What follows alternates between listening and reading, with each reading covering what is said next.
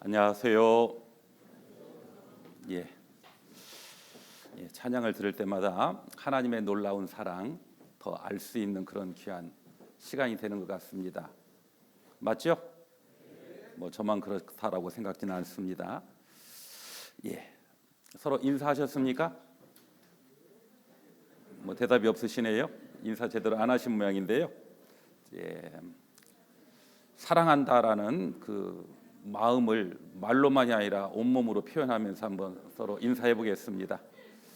자, 사랑한다라고요. 온몸으로. 그렇죠. 어떤 분은 이런 분도 있고 어떤 분은 이런 분도 있네요. 그래요. 그렇답니다. 우리가 말하지 않아도 하나님은 다 아시겠지만은 우리 사람들은 말하지 않으면은 알기 어렵습니다. 더 많이 표현하고 그리고 더 많이 말로만이 아니라 실제 사랑을 나누며 살았으면 좋겠습니다. 같이 기도하고 시작하겠습니다. 거룩하시고 자비로우신 하나님 아버지, 지난 한 주일 동안 하나님의 말씀을 통해서 살아계신 하나님을 깨달아 알게 해주시고 그 하나님을 통해서 우리의 모든 죄가 영원히 용서되고 천국에 갈 수 있는 산 소망을 허락해 주신 것을 알게 해주신 것 감사드립니다. 그 베푸신 그 놀라운 그 사랑, 항상 그 사랑을 마음에 새기고 그 사랑을 따라 살아갈 수 있도록 도와주시옵소서. 세상 헛된 것에 더 이상 눈 돌리지 않고 오로지 우리에게 주신 그 사랑을 더 많은 영혼들에게 나누며 살아가는 삶이 될 수 있기를 간절히 기도합니다. 그러나 말씀을 듣고도 아직 구원받지 못한 영혼들, 그리고 중도에 그만둔 영혼들도 많이 있습니다. 다시 하나님의 말씀 앞에 나와서 구원의 확신을 얻을 수 있도록 은혜 베풀어 주시옵소서. 또 그 일을 위해서 같은 마음으로 기도하고 수고해 주신 저희 인천 서북교회 모든 형제 자매들에게 영육간에 필요한 은혜와 사랑으로 채워주시고 붙잡아 주시옵소서. 또 우리 가운데 여러 가지 어려움 가운데 있는 형제 자매들, 육신의 질병 가운데 고통하고 있는 형제 자매들이 있습니다. 모든 형편을 아시는 하나님께서 필요한 은혜를 베풀어 주시고 그 어려움 속에 더 큰 하나님의 놀라운 사랑을 알 수 있는 귀한 시간이 될 수 있기를 간절히 기도합니다. 또 해외에서 선교하고 계시는 선교사님과 그의 가정들 기억해 주시고 그곳에도 하나님의 큰 은혜와 사랑이 나타날 수 있도록 도와주시고 역사해 주시옵소서. 오늘 말씀의 한 시간 주님의 거룩한 손에 부탁드립니다. 우리를 사랑하시고 구원해 주신 예수님 이름으로 감사하며 기도드립니다. 아멘. 성경 요한복음 3장을 보시겠습니다. 신약 성경 요한복음 3장 16절입니다. 요한복음 3장 16절.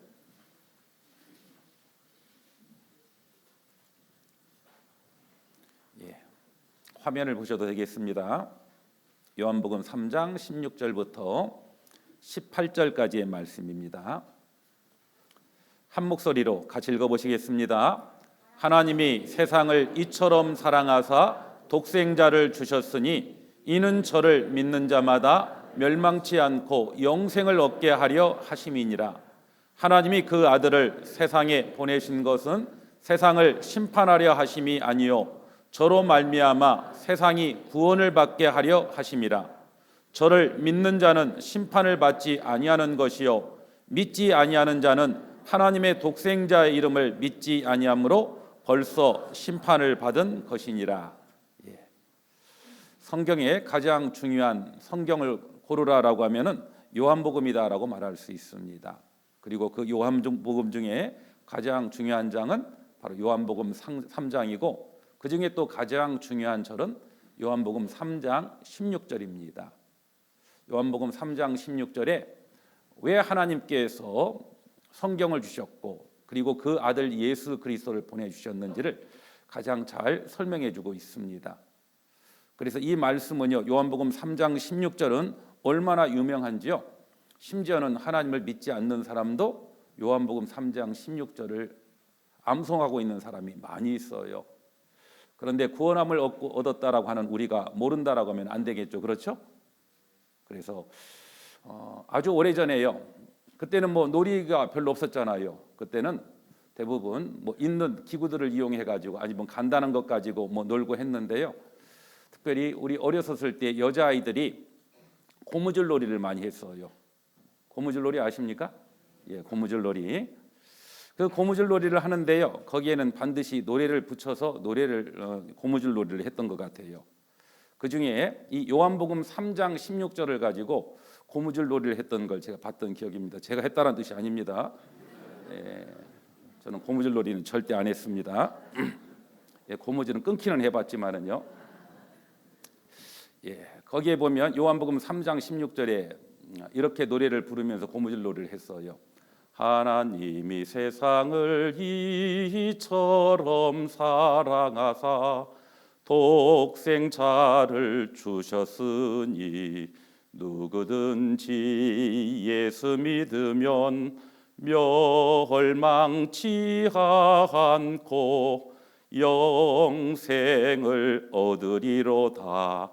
요한복음 3장 16절 하면 고무줄놀이가 딱 끝났어요. 기억나십니까?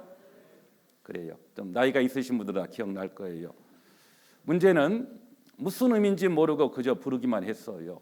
그런데 성경을 공부해 보면서 그 요한복음 3장 16절에 그 놀라운 하나님의 사랑이 그리고 우리에게 영원한 생명을 얻을 수 있는 영생의 길이 있다라고 하는 것을 알게 되었습니다. 여기 보시면 요한복음 3장 16절입니다. 하나님이 그다음 뭐라고 되어 있습니까? 세상을 이라고 되어 있죠. 하나님이 세상. 여기 세상은 뭘 말합니까? 세상에 살고 있는 모든 사람, 그 중에 나, 특별히 세상에 살고 있는 모든 죄인들. 비록 인간은 범죄했지만 하나님은 그 죄인을 사랑하십니다. 그래서 이처럼 사랑했다라고 했죠. 이처럼이 얼마처럼일까요? 그 뒤에 나와 있죠. 독생자를 뭐 했다고요? 주셨다라고 돼 있어요. 독생자가 누굽니까? 바로 하나님의 하나밖에 없는 아들 예수 그리스도. 그 예수 그리스도를 주셨대요. 누구를 위해서요? 나를 위해서. 죄인인 나를 위해서. 왜요? 나를 사랑하기 때문에. 그 하나님의 사랑이 얼마나 이처럼이라고 했는데 얼마나 큰 줄을 알기를 원한다라고 하면은 얼마의 대가를 치렀는지를 보면 대부분 알 수 있습니다. 가끔 누군가가 선물해 줬었을 때 그리고 선물을 받고 좋아 보이면은요 누가 부러워서 물어보죠. 그거 얼마짜리예요? 그리고 제품은 누가 만들었어요? 물어보잖아요. 맞죠? 안 물어보나요? 그렇죠. 얼마짜리예요? 그래서 제가 시계를 선물을 받았어요. 예를 들어보겠습니다. 시계를 선물을 받았는데 감사합니다고 받긴 받았어요. 받았는데 이게 얼마짜리일까? 뭐 한번 돈 10만 원 하겠지. 이렇게 생각하고 감사하다고 받긴 받았는데 알고 봤더니요 10만 원짜리가 아니라 1,000만 원짜리입니다. 얼마짜리라고요? 1,000만 원짜리. 그러면 어떨까요? 도대체 그 1,000만 원짜리라고 하는 선물을 준 사람, 그 사람 왜 줬을까? 뭐 다른 목적이 있어서 줄 수도 있겠지만은 진짜 나를 생각했기 때문에 줄 수 있는 겁니다. 맞죠? 또 오해하지 마세요. 목사가 1,000만 원짜리도 시계 차고 다닌다고도 그 생각만 하고 이 1,000만 원짜리 아닙니다. 그리고 선물 받은 것도 아니고 제가 필요해서 제가 산 거예요. 그래서 오해하실 것 같아서요. 어찌됐건 그 물건을 누가 만들었느냐, 얼마의 대가를 치렀느냐에 따라서 그 가치가 결정되는 경우가 태반입니다. 그리고 그 놀라운 가치가 지닌 것들을 선물로 줬다라고 하면 그만큼 나를 사랑하고 있다라는 뜻이에요. 하나님께서는 우리를 구원하시기 위해서 가장 값비싼 대가를 치르셨어요. 바로 하나님의 하나밖에 없는 독생자 예수 그리스도를 내어주셨습니다. 그래서 우리가 얼마짜리냐 한번 따라 해보겠습니다. 우리는 예수님짜리다. 얼마짜리라고요? 그렇죠. 예수님짜리. 예수님, 그분은 누굽니까? 하나님의 하나밖에 없는 아들.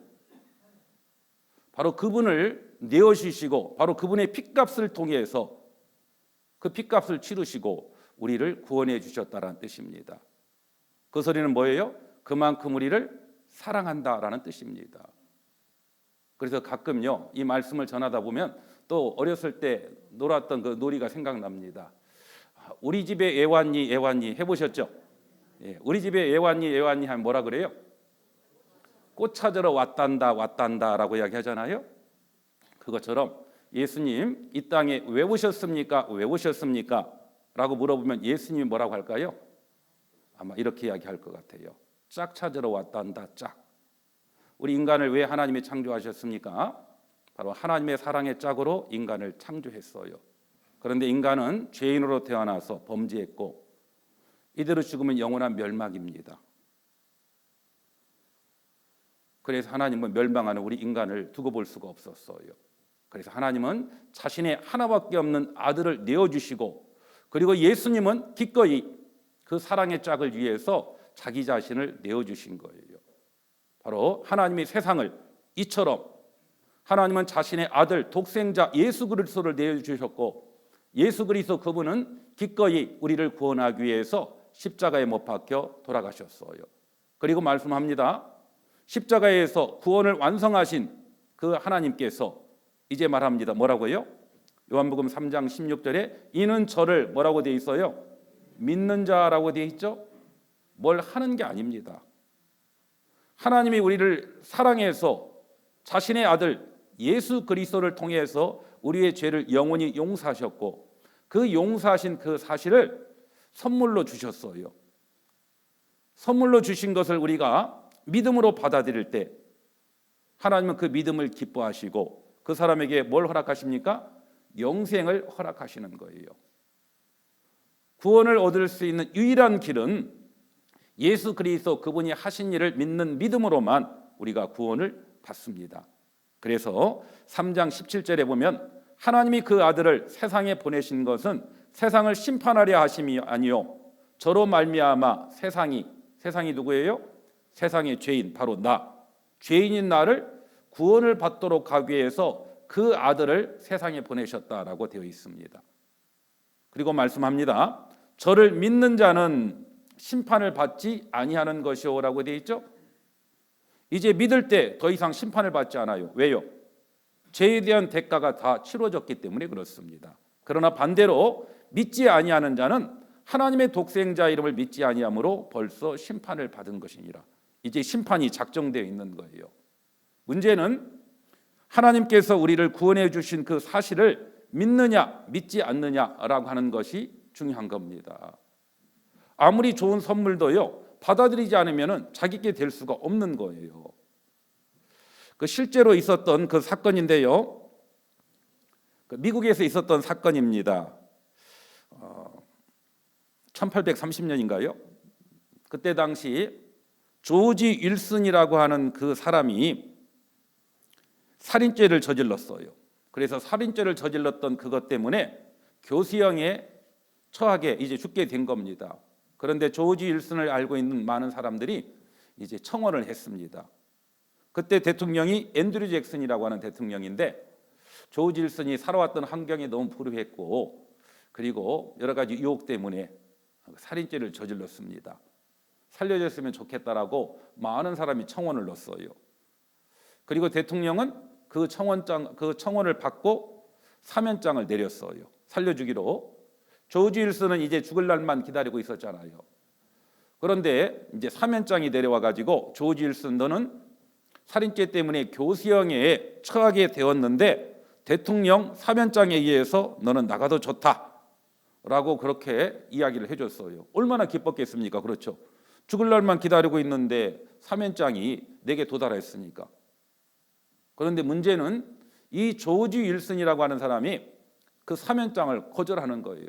나 같은 놈은 그 살인죄를 저질렀는데 어떻게 산단 말입니까? 죽는 게 옳습니다. 저 죽을래요.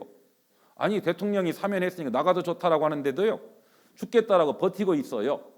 그럼 어떻게 해야 될까요? 죽여야 될까요? 살려야 될까요? 참 골치 아팠어요. 그렇죠? 죽여야 될지 살려야 될지. 그래서 또 한 번 재판을 또 벌였어요. 죽여야 될지 살아야 될지. 그리고 이렇게 결론을 냈어요. 아무리 좋은 선물도 그 선물을 거절하면 자기께 될 수 없다. 그렇죠. 살인죄 그리고 그것 때문에 교수형에 처하게 되었지만은 사면장을 줬는데 문제는 그 사면장을 조지 윌슨이 어떻게 했어요? 거절했잖아요. 결국은 그는 살인죄 때문에 죽은 게 아니에요. 왜 죽은 겁니까? 사면장을 받아들이지 않았기 때문에 결국 죽은 거예요. 마찬가지입니다. 성경이 뭡니까? 성경이 사면장이에요. 하나님은 우리의 모든 죄를 영원히 용서하셨어요.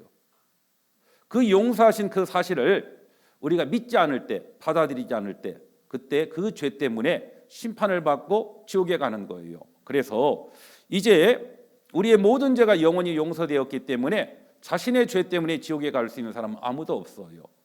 그러면 왜 지옥에 가느냐? 이제 딱 한 가지의 죄가 있죠. 뭡니까? 죄에 대하여 하면 저희가 나를 믿지 아니하며라고 되어 있어요. 문제는 왜 지옥에 가느냐? 구원해 주신 그 놀라운 하나님의 사랑을 믿지 않는 것, 받아들이지 않는 것, 바로 그 죄 때문에 심판을 받고 지옥에 가는 겁니다.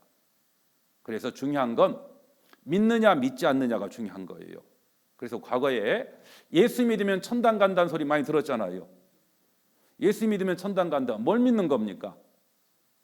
바로 예수님이 하신 일을 믿는 거예요. 그분이 십자가에서 우리의 죄를 영원히 용서하신 일, 그 일을 믿는 믿음으로 우리가 하나님 앞에 가는 겁니다. 정리해 보면요, 여기 보시면 세상에 죄인, 그 중에 나도 있었죠. 그 죄인인 나를 구원하기 위해서 누가 오셨어요? 그리스도 예수께서. 그래서 어제 디모데전서 1장 15절을 봤어요. 밑보다 모든 사람이 받을 만한 이 말이요, 그리스도 예수께서 죄인을 구원하시려고 세상에 임하셨다 하였도다라고 말씀했죠. 바로 그리스도 예수께서 죄인 누구요? 나. 온 세상 죄인, 그 죄인을 구원하시기 위해서 예수님이 이 땅에 오셨고, 그래서 온 세상 죄를 담당하신 예수님은 죄의 싹은 사망이고 피 흘림이 없으면 사함이 없기 때문에 우리의 모든 죄를 담당하신 예수님은 십자가에 못 박혀 피 흘려 돌아가셨어요. 그러면서 하신 말씀이 있죠. 뭐라고 했습니까? 그렇죠. 다 이루었다. 뭘 다 이룬 겁니까? 죄인인 나를 구원하는 일을 다 이루었다라는 뜻이에요. 더 이상 죄 때문에 고민할 필요가 없게 해놨다라는 뜻입니다. 그걸 하나님은 성경을 통해서, 이 진리인 성경을 통해서 우리에게 증거해주고 있어요. 믿는 건 뭘 믿는 겁니까? 내 마음을 믿는 게 아니에요. 구원해 주신 바로 그 일, 그 놀라운 하나님의 사랑, 그 사랑이 말씀을 통해서 우리는 듣고 믿는 겁니다. 그래서 우리가 하나님 앞에 천국 갈 수 있는 유일한 길은 여기 보시면 예수님이 하신 일, 뭘 했어요? 나를 구원하신 일. 구원이 뭐라고요? 죄로부터 건진 것, 죄 사함 받는 것, 죄 용서 받는 것, 이게 구원이라고 말씀드렸죠. 이미 예수님은 십자가에서 내 죄를 다 용서하셨어요. 용서하신 그 사실을 내가 믿음으로 받아들일 때 나는 구원을 받고, 그때 하나님의 자녀로 다시 거듭 태어나는 겁니다. 아시겠죠? 뭐 말이 좀 시원찮네요. 예. 그래서 여기 보시면 예수님은 어제 히브리서 9장 12절을 말씀드렸죠. 염소와 송아지의 피로 아니하고 오직 자기 피로 영원한 속죄를 단번에 이루셨다라고 말씀드렸어요. 그 영원한 속죄를 단번에 이루셨는데 그 영원한 속죄 속에는 최초의 인간 아담부터 시작해가지고 마지막 사람까지 그 모든 죄, 이게 바로 영원한 속죄고, 그 영원한 속죄 속에 나의 과거, 현재, 미래 이 모든 죄도 다 포함이 됩니까? 안 됩니까? 다 되잖아요. 그래서 쉽게 말하면은, 수학으로 말한다라고 하면은 영원한 속죄는 전체 집합이고, 맞죠? 예수님 이전의 사람의 죄, 이것도 부분 집합이고, 그 다음에 미래에 대한 죄도 부분 집합이고, 또 그 속에 나의 과거죄도 현재죄도 미래죄도 부분 집합이다라고 말할 수 있어요. 부분 집합은 전체 집합 속에 포함이 되어 있는 거잖아요. 바로 영원한 속죄, 나의 모든 죄를 예수님은 십자가에서 다 정결케 하셨어요. 같이 한번 읽어보시겠습니다. 나의 죄를 정결케 하는 일을 다 이루었다. 그렇죠. 나의 죄를 정결케 하는 일을 뭐 했다고요? 다 이루었다. 다 해결했다. 성경은 틀림없이 이렇게 이야기하고 있어요. 그런데 많은 사람이 그렇게 믿어야 되는데 그렇게 안 믿고 있더라고. 어떤 분이요, 어딜 가고 있어요. 보니까 교회를 가고 있더라고요. 그래서 물었답니다. 어디 가셔요? 교회 간대요. 교회 가시면 예수님이 이 땅에 왜 오셨는지를 아시겠네요. 예, 아담하다요. 왜 오셨어요? 우리 죄 때문에 오셨죠. 맞아요, 틀려요? 맞습니다. 또요, 만유의 죄 때문에요. 또요, 온 세상 죄 때문에. 정답만 딱딱 이야기해요. 맞죠? 그러면 당신의 죄는 어떻게 됐습니까? 라고 질문했더니 그래서 그놈의 죄 때문에 지금 그 죄 용서 빌려고 지금 교회에 가고 있대요. 우리의 죄, 만유의 죄, 온 세상 죄 해놓고 자신의 죄는 어떻게 한 겁니까? 빼놓고. 또 어떤 사람은 자신의 죄 중에 지난 죄만이래요. 부분적인 속죄에 대한 것을 믿고 있어요. 이건 구원이 아닙니다. 꼭 돼지 10마리 소풍 간 이야기 똑같아요. 맞죠? 돼지 10마리가 어디로 소풍 갔을까요? 여기 가까이에 저기 청라 뭡니까? 아는 건 제가 청라밖에 없으니까요. 이제 호숫가에서 이제 놀러를 갔어요. 이제 재밌게 놀다가 이제 해가 지니까 집에 돌아가야 될 거 아니에요. 10마리가 놀러 갔는데 이제 대장돼지가 파악해야 될 거 아닙니까? 번호 했더니 9번호꽃. 어떻게 된 거야? 한 마리 더 찾아 해가지고 또 모여가지고 번호 했더니 또 9번호꽃. 왜 그래요? 자기를 빼놓고. 그렇죠. 그러니까 미련한 돼지지. 그렇죠. 그래서 그 돼지가 지금도 헤매고 있답니다. 이 추운 날 아직도 못 돌아가고 있어. 한 마리 못 찾아가지고. 그런 것처럼 예수를 믿는 사람이 그런 식으로 믿는다니까요. 자기는 쏙 빼놔. 그리고 자신의 죄도 지난 죄만, 그리고 미래 죄까지 용서하셨다라고 성경에 아무리 가지고 이야기해도 그걸 받아들이지 않아요. 믿지 않는 겁니다. 그 믿지 않는 죄 때문에 지옥에 가는 거예요. 그래서 우리의 모든 죄, 그중에 나의 죄도 포함이 되죠. 나의 죄를 예수님의 피로 다 용서하셨어요. 도말했다라고 성경은 이야기합니다. 그래서 이사야 44장 22절 같이 읽겠습니다. 내가 내 허물을 빽빽한 구름에 사라짐같이 내 죄를 안개의 사라짐같이 도말하였으니 너는 내게로 돌아오라. 내가 너를 구속하였음이니라. 여기 보면 내가 내 허물을 빽빽한 구름에 사라짐같이 내 죄를 안개의 사라짐같이, 그다음 뭐라고 되어 있어요? 도말하였으니라고 되어 있죠. 시제가 중요해요. 이미 도말했다라고 되어 있잖아요. 도말할 것이다가 아니라 도말하였으니라고 되어 있잖아요. 이제 모든 죄를 영원히 도말했으니까 너는 내게로 돌아오라. 내가 너를 여기에 구속했다라는 말은 가뒀다라는 뜻이 아니라 값을 주고 구했다라는 뜻입니다. 샀다라는 뜻입니다. 값을 주고 예수님의 피로 우리의 죄를 용서했다라는 뜻이에요. 언제요? 지금요? 2000년 전에 바로 예수님이 십자가에 못 박혀 돌아가셨을 때 우리의 죄를 다 도말하신 거예요. 그리고 오라라고 말씀해요. 그러면 더 이상 그 약속을 믿고 간 사람은 다시는 그 죄를 기억지 않습니다. 그래서 이 도말이라고 하는 단어는요, 칠할 조자에다가 지울 말자입니다. 그래서 우리가 벽에 더러운 게 묻어 있으면 뭐 합니까? 벽지를 바르는 걸 도배한다라고 하잖아요. 페인트 칠을 하는 것을 도장한다라고 하잖아요. 그 도자입니다. 예수님의 피로 지워 없앴다라는 뜻이에요. 왜요? 우리를 사랑했기 때문에 그래요. 그리고 한번 잘 생각해 보면요, 내가 죄인 되고 싶어서 죄인 된 사람은 있어요, 없어요? 왜 우리가 죄인 되었어요? 미스터 아담 때문에 죄인 됐잖아요. 맞죠? 아담이 먹지 말라라고 하는 선악과를 따먹어서 아담 안에 태어난 모든 사람은 자신의 선택과 관계없이 다 뭐가 되었어요? 죄인이 된 겁니다. 아담 안에 태어난 모든 사람은 다 죄인이에요. 그중에 나라고 하는 사람도 포함이 되겠죠. 내가 이대로 지옥 가면 억울해요, 안 억울해요? 저도 그런 생각 들더라고.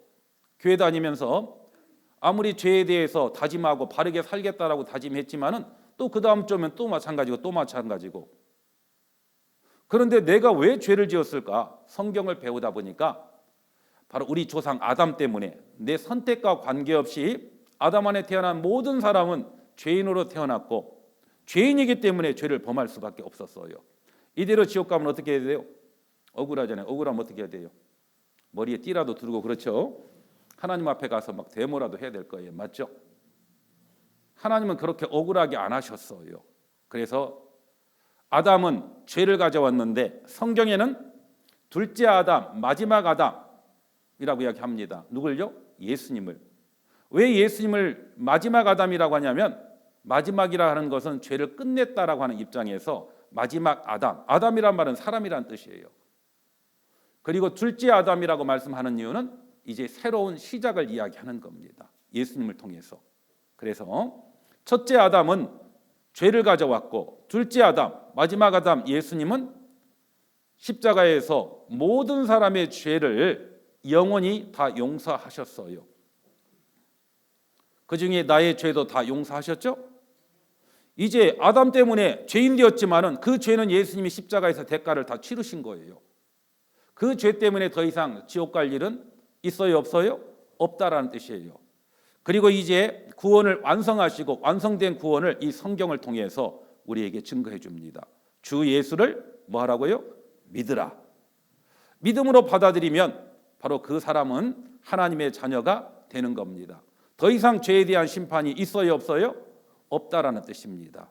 결코 자신의 죄 때문에 억울하게 하지 않았다라는 뜻입니다. 그래서 우리의 죄는 영원히 용서되었어요. 이걸 어제 말씀드렸던 것처럼 저희 교회만 특별하게 전하는 게 아니에요. 어제 보여드리지 못했던 것 중에 그랜드 종합 주석 그리고 그랜드 종합 교리라고 하는 이 책에 보면 이건 저희 교회에서 출판한 것이 아니라 한국의 유명한 교회들이 교리적으로 틀리지 않았다라고 하는 걸 인정해서 출판된 책입니다.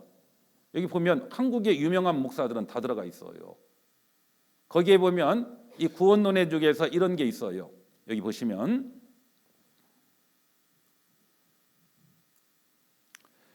그리스도께서 대신 죽으심으로써 해결해 주신 죄는 어떤 죄입니까? 그리스도를 주로 고백하는 성도들이 지은 무슨 죄요? 모든 죄라고 되어 있잖아. 모든 죄. 뒤는 잘 안 보이죠? 보이시나요? 눈이 좋으시네요. 앞에 앉으라고 말하려고 했더니 끝까지 이제 뒤에 앉아서 버티려고 하는 것 같습니다. 2절에 보면 즉 성도들이 과거에 지은 죄뿐 아니라 현재와 미래에 짓는 모든 죄도 그리스도께서 자신을 십자가에 내어주심으로 완전하게 뭐라고요? 해결했습니다. 만약 그리스도께서 성도의 모든 죄가 아니라 부분적인 죄만 해결했다면 성도는 여전히 죄인으로서 죽을 수밖에 없습니다. 왜냐하면 작은 죄도 죄이며 죄의 삭은 사망이기 때문입니다. 그러나 그리스도는 과거에 지은 죄뿐 아니라 현재와 그다음 뭐라고 되어 있어요? 미래의 모든 죄까지 완전하게 해결해 주심으로 성도는 더 이상 죄인이 아니며 의인이 될 수 있는 것입니다 라고 이야기하고 있죠. 올바르게 복음을 전하는 교회는 다 똑같이 믿고 있어요. 그래서 여기 보시면 구원받은 자는 과거 지은 죄만 용서받았습니까? 아닙니다. 만약 구원받은 자가 과거 지은 죄만 용서받았다면 현재 짓고 있는 죄나 미래에 지을 수밖에 없는 죄들은 해결되지 못하며 인간은 결국 죄인으로 남을 수밖에 없습니다. 그래서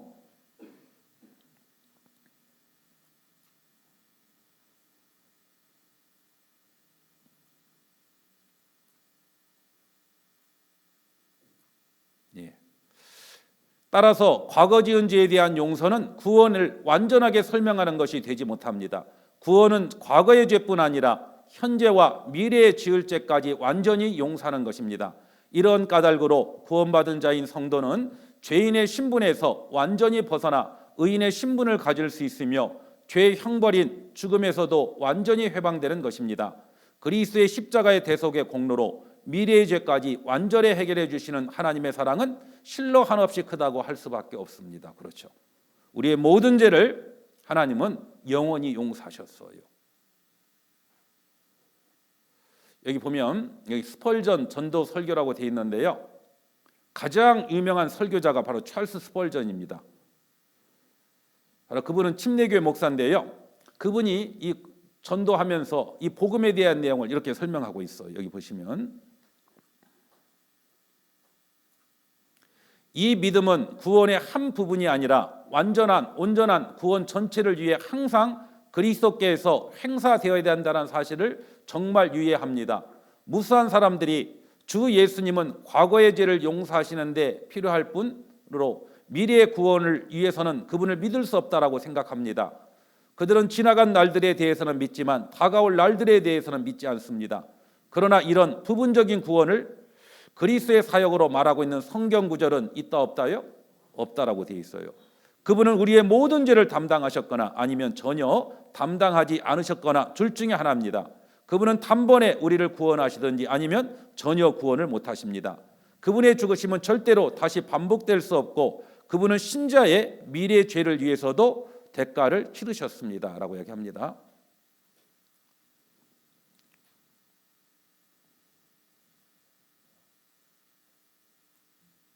여기 그러나 슬프도다 어떤 자들의 가르침에 따르면 신자들은 단지 부분적으로만 구원받고 나머지 부분의 구원은 자기들의 미래의 노력에 달려있다라고 합니다. 이것이 복음입니까? 나는 그렇게 믿지 않습니다.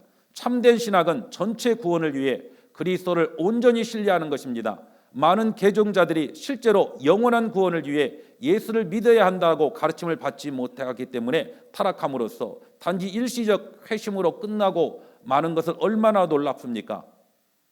그렇죠. 예수님은 영원한 구원을 이루셨거든요. 어떤 사람은 뭐 미래의 죄까지 용서했으면 마음 놓고 죄 짓고 산다. 그럴 수 있을까요? 아닙니다.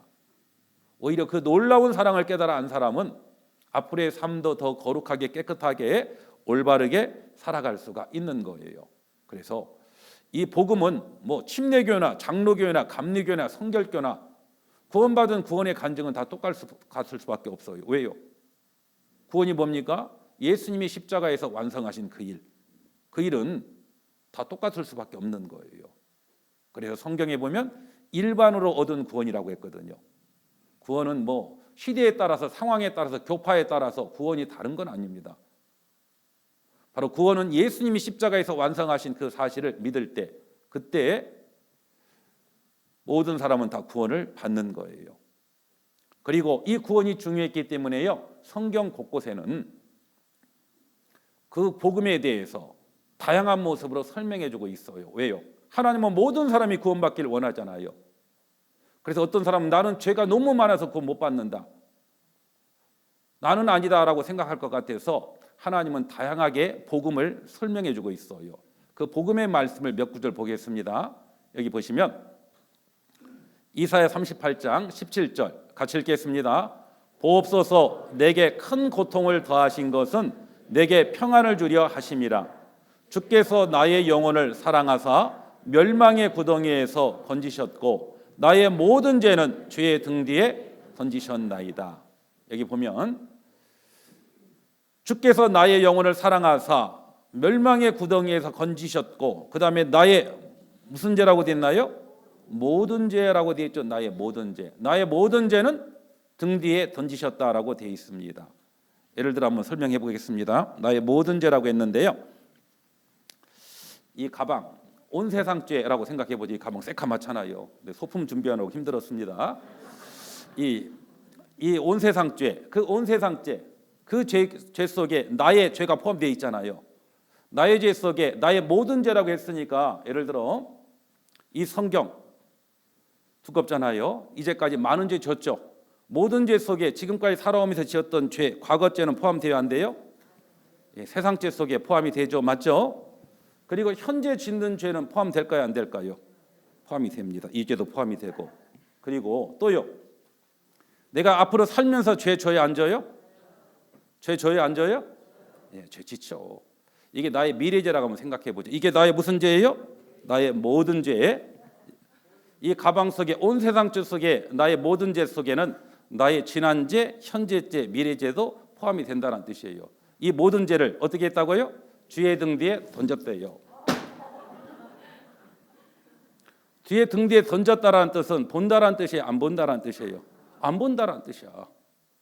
하도 답답하니까 이렇게 설명해 줬어요. 그렇죠. 내 지난 죄까지는 이해되는데 앞으로 짓는 죄 용서했다라고 하는 거 안 믿기니까 나의 모든 죄를 등 뒤에 던지셨대요. 다시 찾아와서 너 이런 죄 지었지 라고 따지지 않는다는 뜻입니다. 그리고 내 죄가 너무 크기 때문에 설마 이 죄까지 용서했을까라고 하는 사람에게 걱정하지 마십시오. 그 죄도 다 용서했어요. 얼마의 값을 치르고 배나 치렀다라고 이사야 40장은 이야기합니다. 여기 보시면 같이 읽겠습니다. 너희는 정다이 예루살렘에 말하며 그것에게 외쳐 고하라. 그 복역의 때가 끝났고 그 죄악의 사함을 입었느니라. 그 모든 죄를 인하여 여호와의 손에서 얼마나 받았다고요? 배나. 내 죄가 아무리 많이 커도요, 그 죄에 대한 대가 배나 치르셨대요. 더 이상 죄 때문에 걱정할 필요가 있다 없다? 없게 해놨다라는 뜻입니다. 배나 다 갚으셨어요.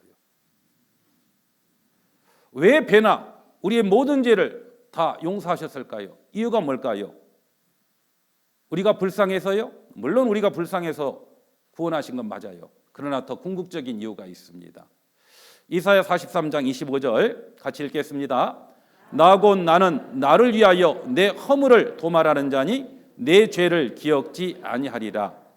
나 곧 나는, 이 나가 누구예요? 이 나가 곧 누구냐면 하나님이십니다. 하나님께서 하나님 자신을 위하여 내 허물이라고, 내가 누구냐면 바로 우리 자신들, 모든 사람의 허물을, 모든 사람의 죄를 뭐 했다고요? 도말하는 자니라고 했죠. 지워서 없앴다라는 뜻이에요. 뭘로요? 예수님의 피로. 그리고 말합니다. 내 죄를 기억지 아니하리라. 내 죄를 기억지 않는 이유는, 내 죄를 도말한 이유는 누구를 위해서요? 하나님 자신을 위해서입니다. 우리 인간을 왜 창조했다고요? 하나님의 사랑의 짝으로 창조했어요. 하나님의 사랑의 짝으로 창조된 모든 인간이 심판을 받고 지옥에 가면 누구 손해입니까? 어떤 사람은 우리요. 뭐 우리가 손해입니까? 우리는 죄인이 심판받는 건 본전이지. 그렇죠? 누구 손해냐면 하나님 손해예요. 그리고 하나님은 실패자가 되는 거예요. 하나님 우리 인간을 하나님의 사랑의 짝으로 창조했는데 인간이 죄 때문에 심판받고 지옥 가면 하나님의 계획은 실패한 것이고, 그리고 하나님은 사랑이신데 또 혼자 살아야 돼. 그래서 하나님께서는 하나님 자신을 위해서 우리의 허물을, 우리의 죄를 기억지 않는데요. 그만큼 우리의 구원이 하나님 자신을 위해서 한 것이기 때문에 완벽하다라는 뜻입니다. 더 이상 죄 때문에 고민할 필요가 있다 없다? 없게 해놨다라고 성경은 분명하게, 도말했으니까, 기억지 않으니까, 배나 갚았으니까, 등 뒤에 던졌으니까 염려하지 말라라고 말씀하셔요. 그런데도 꼭 어떤 사람은 그래도 이제는 아닐 거야 하면서 그 죄를 찾는 사람이 있더라고. 그러지 마셔요. 미가서에 보면 이런 말씀이 있어요. 미가서 7장 19절 같이 읽겠습니다. 다시 우리를 긍휼히 여기셔서 우리의 죄악을 발로 밟으시고 우리의 모든 죄를 깊은 바다에 던지시리이다. 여기 보면 우리의 죄악을 뭐 했다고요? 발로 밟으시고라고 되어 있죠. 우리의 이 죄를 어떻게 했다고요? 발로 밟으시고라고 되어 있어요. 밟았대요. 밟았다라는 뜻은 가치 없다, 안 보겠다라는 뜻이잖아요. 그렇죠? 발로 밟으시고, 그리고 우리의 모든 죄를 어떻게 했다고요? 깊은 바다에다가 던졌다라고 되어 있어요. 깊은 바다가. 그 깊은 바다 이름을 안 써놨어요. 혹시 대서양 하면 대서양 가서 찾을 것 같아서. 어떤 사람 꼭 찾으러 가는 사람이 있더라고. 이제는 아닐 거야 하면서. 아닙니다. 깊은 바다에 던졌다라고 성경은 이야기합니다. 그 말은 무슨 말이에요? 더 이상 죄를 보지 않겠다라는 뜻입니다. 왜냐하면 자꾸 여기 던져놨더니 자꾸 시선 이리 가더라고요. 더 이상 우리의 죄를 보지 않습니다. 우리의 모든 죄를 깊은 바다에 던졌어요. 왜요? 하나님 자신을 위해서. 그래도 못 믿는 분을 위해서요. 시편에 보면 동이 서에서 먼 것 같이 우리의 죄과를 우리에게서 멀리 옮기실 것이다가 아니라 옮기셨으며라고 되어 있죠. 그렇죠. 동이 서에서 만날 수 없잖아요. 우리의 죄과를 우리에게서 멀리 옮기셨어요. 이제 더 이상 죄 때문에 심판받을 염려 있어요, 없어요? 없습니다. 왜요? 예수님께서 십자가에서 우리의 모든 죄를 영원히 용서해 주셨기 때문에 그렇습니다. 그래서 우리가 하나님 앞에 갈 수 있는 근거가 뭐냐? 네 가지의 근거가 있는데, 첫 번째는 하나님의 사랑입니다. 두 번째는 예수님이 십자가에서 하신 일입니다. 그리고 또 한 가지는 그분은 약속했죠. 하나님은 약속하신 것을 변하지 않아요. 하나님은 인생이 아니시라고 됐죠. 시건치 않는다. 하나님은 한 번 하신 말씀을 변개치 않아요. 예수님이 내 모든 죄를 영원히 용서했다, 다시는 기억지 않는다라고 해놓고 새로운 말, 다른 말 하지 않습니다. 그리고 또 한 가지는 하나님은 변하지 않아요. 하나님은 다시는 우리의 죄를 기억지 않는다라고 약속했던 그 약속은 변하지 않는다라는 뜻입니다. 그래서 찬송가에도 내 주와 맺은 언약은 영불변하오니라고 되어 있죠. 한 번 맺은 언약은 다시 변하지 않아요. 그래서 우리가 구원을 확신할 수 있는 네 가지 근거가, 첫 번째는 하나님의 사랑, 예수님이 하신 일, 그리고 다시는 기억지도 않는다라고 하셨던 새로운 약속, 새 언약, 그리고 그분의 변하지 않는 속성. 이걸 통해서 우리는 하나님 앞에 갈 수 있는 확실한 소망이 있는 사람이 된 겁니다. 그 죄사함 받을 때, 구원받을 때 하나님께서는 우리에게 놀라운 선물을 하나만 준 것이 아니라, 우리 어렸었을 때 종합 선물 세트 받아본 적 있죠? 없나요? 저만 받진 않았겠죠. 종합 선물 세트 속에는 다양한 선물들이 들어있잖아요. 뭐 명절 때나 이럴 때 보면은 뭐 종합 선물 세트에 보면은 다양한 게 들어있죠. 뭐 치약도 들어있고 칫솔도 들어있고 뭐 세제도 들어있고 뭐 이런 경우 많잖아요. 그런 것처럼 이 구원 속에는 또 다양한 선물이 한꺼번에 포함이 되어 있습니다.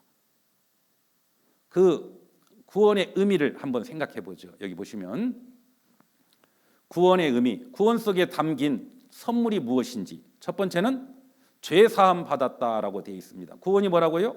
죄로부터 건진받는 것이 구원, 죄 사함 받는 거잖아요. 그래서 죄 사함이 없는 구원은 있을 수가 없어요. 그래서 여기 우리가 그리스도 안에서 그의 은혜의 풍성함을 따라 그의 피로 말미암아 구속, 곧 죄 사함을 뭐라고요? 받을 것이다, 받았으니라고 되어 있죠. 구원받을 때 우리의 죄가 얼만큼이요? 영원히 용서된 거예요. 죄 사함 받았으니. 그리고 또 한 가지 구원의 의미 속에 또 하나는 의롭다함을 얻는 겁니다. 죄 사함이라고 하는 것은 사죄고 죄에 대한 용서에 대한 것이고, 의롭다함 받는 것은 의를 행한 것처럼 인정해 준다는 뜻이에요.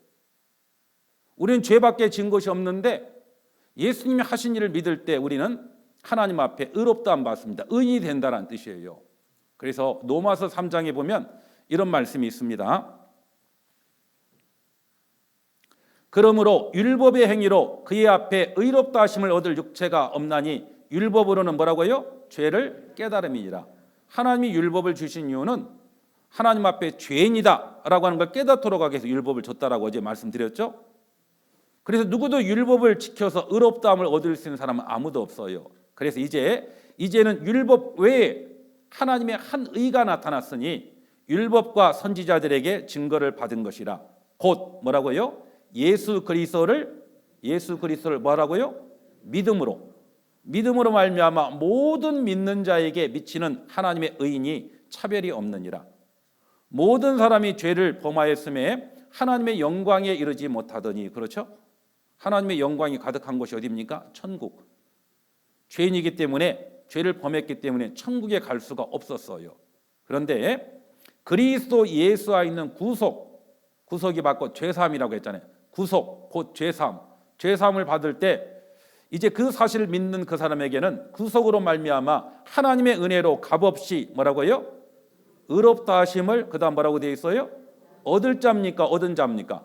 얻은 자 되었다라고 되어 있죠. 우리가 그 사실을 믿을 때 죄사함 받을 뿐만 아니라 의를 행한 것처럼 의롭다라고 인정해 주시는 거예요. 이걸 신학적인 용어로 뭐라고 하냐면 칭의라고 합니다. 의롭다라고 칭해 준다. 그래서 하나님은 우리의 뭘 보느냐면 믿음을 보셔요. 믿음을 보시고 그 믿음이 있는 사람, 그 사람에게 의를 행한 사람처럼 의인처럼 칭해 줍니다. 이걸 칭의. 그래서 믿음으로써 의롭다고 칭함을 받는다라고 해서 그 한자를 줄여서 이신칭의라고 합니다.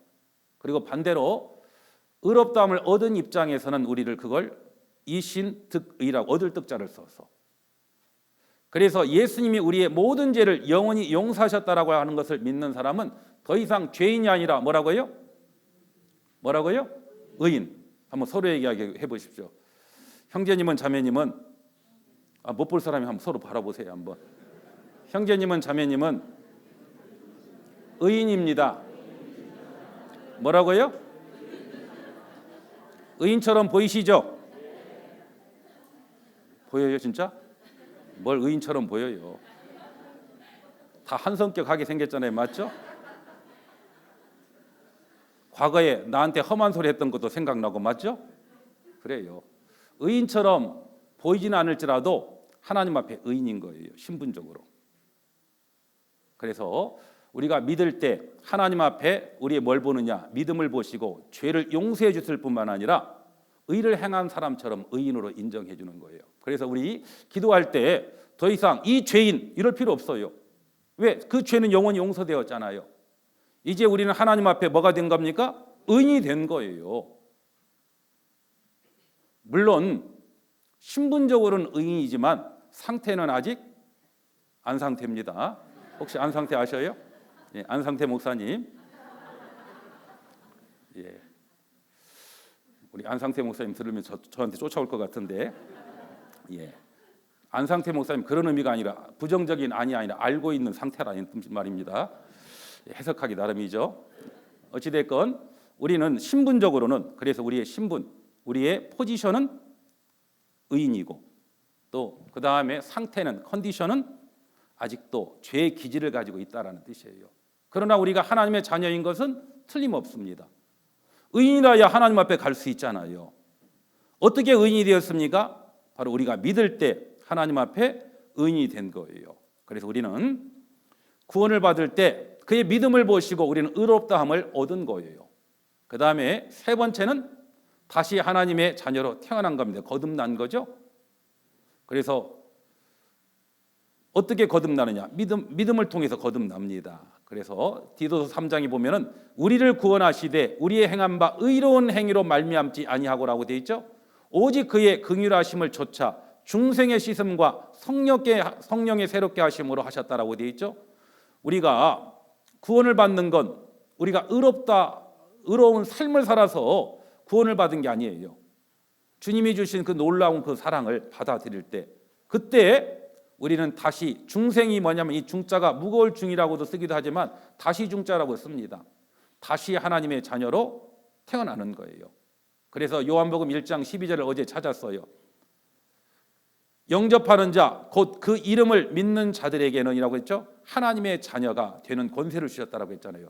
그때 다시 하나님의 자녀로 다시 태어난다, 거듭난다라고 되어 있어요. 그래서 우리가 믿을 때 하나님의 자녀로 거듭났고, 그리고 믿을 때 우리는 뭘 얻은 겁니까? 영원한 생명을 얻은 거예요. 영생을 얻은 거예요. 그래서 요한복음 3장 36절에 보면 아들을, 그 다음 뭐라고 되어 있어요? 믿는 자라고 되어 있잖아요. 영생이 있고, 아들을 순종치 아니하는 자는 영생을 보지 못하고 도리어 하나님의 진노가 그 위에 머물러 있다라고 되어 있어요. 믿는 자는 영생이 있는 겁니다. 요한복음 5장 24절에도 같이 읽겠습니다. 내가 진실로 너희에게 이르노니 내 말을 듣고 또 나 보내신 이를 믿는 자는 영생을 얻었고 심판에 이르지 아니하나니 사망에서 생명으로 옮겼느니라. 영생은 믿는 자가 영생을 얻는 거죠.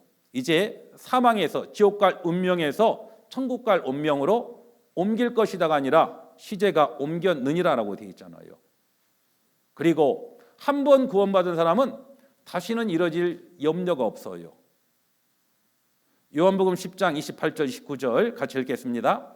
내가 저희에게 영생을 주노니 영원히 멸망치 아니할 터이요 또 저희를 내 손에서 빼앗을 자가 없느니라. 저희를 주신 내 아버지는 마녀보다 크심에 아무도 아버지의 손에서 빼앗을 수 없느니라. 내게 영생을 주신 분이 누굽니까? 하나님 아버지거든요. 그래서 혹시 내가 구원받고 잘못 살아도 구원이 이루어질 염려 있다 없다? 없게 해놨다라는 뜻이에요. 이걸 뭐라고 하냐면 이것도 신학적인 용어로 성도의 견인이라고 합니다. 하나님께서 끝까지 구원받은 사람은 천국까지 데려가신다는 뜻이에요. 다시는 구원받은 사람은 이루어질 염려가 없어요. 그러니까 영생이죠. 그리고 또 한 가지, 구원을 받은 사람은 하나님의 자녀가 되는 겁니다. 아까 말씀했던 것처럼, 그래서 우리는 하나님의 믿을 때 하나님의 자녀로 다시 태어나는 거예요. 우리 신분이 하나님의 자녀라는 뜻입니다. 갈라디아서 3장 26절 같이 읽겠습니다. 너희가 다 믿음으로 말미암아 그리스도 예수 안에서 하나님의 아들이 되었으니라고 되어 있죠. 여기 보면 다라고 되어 있습니다. 예 없이 모든 사람이 다 뭘로요?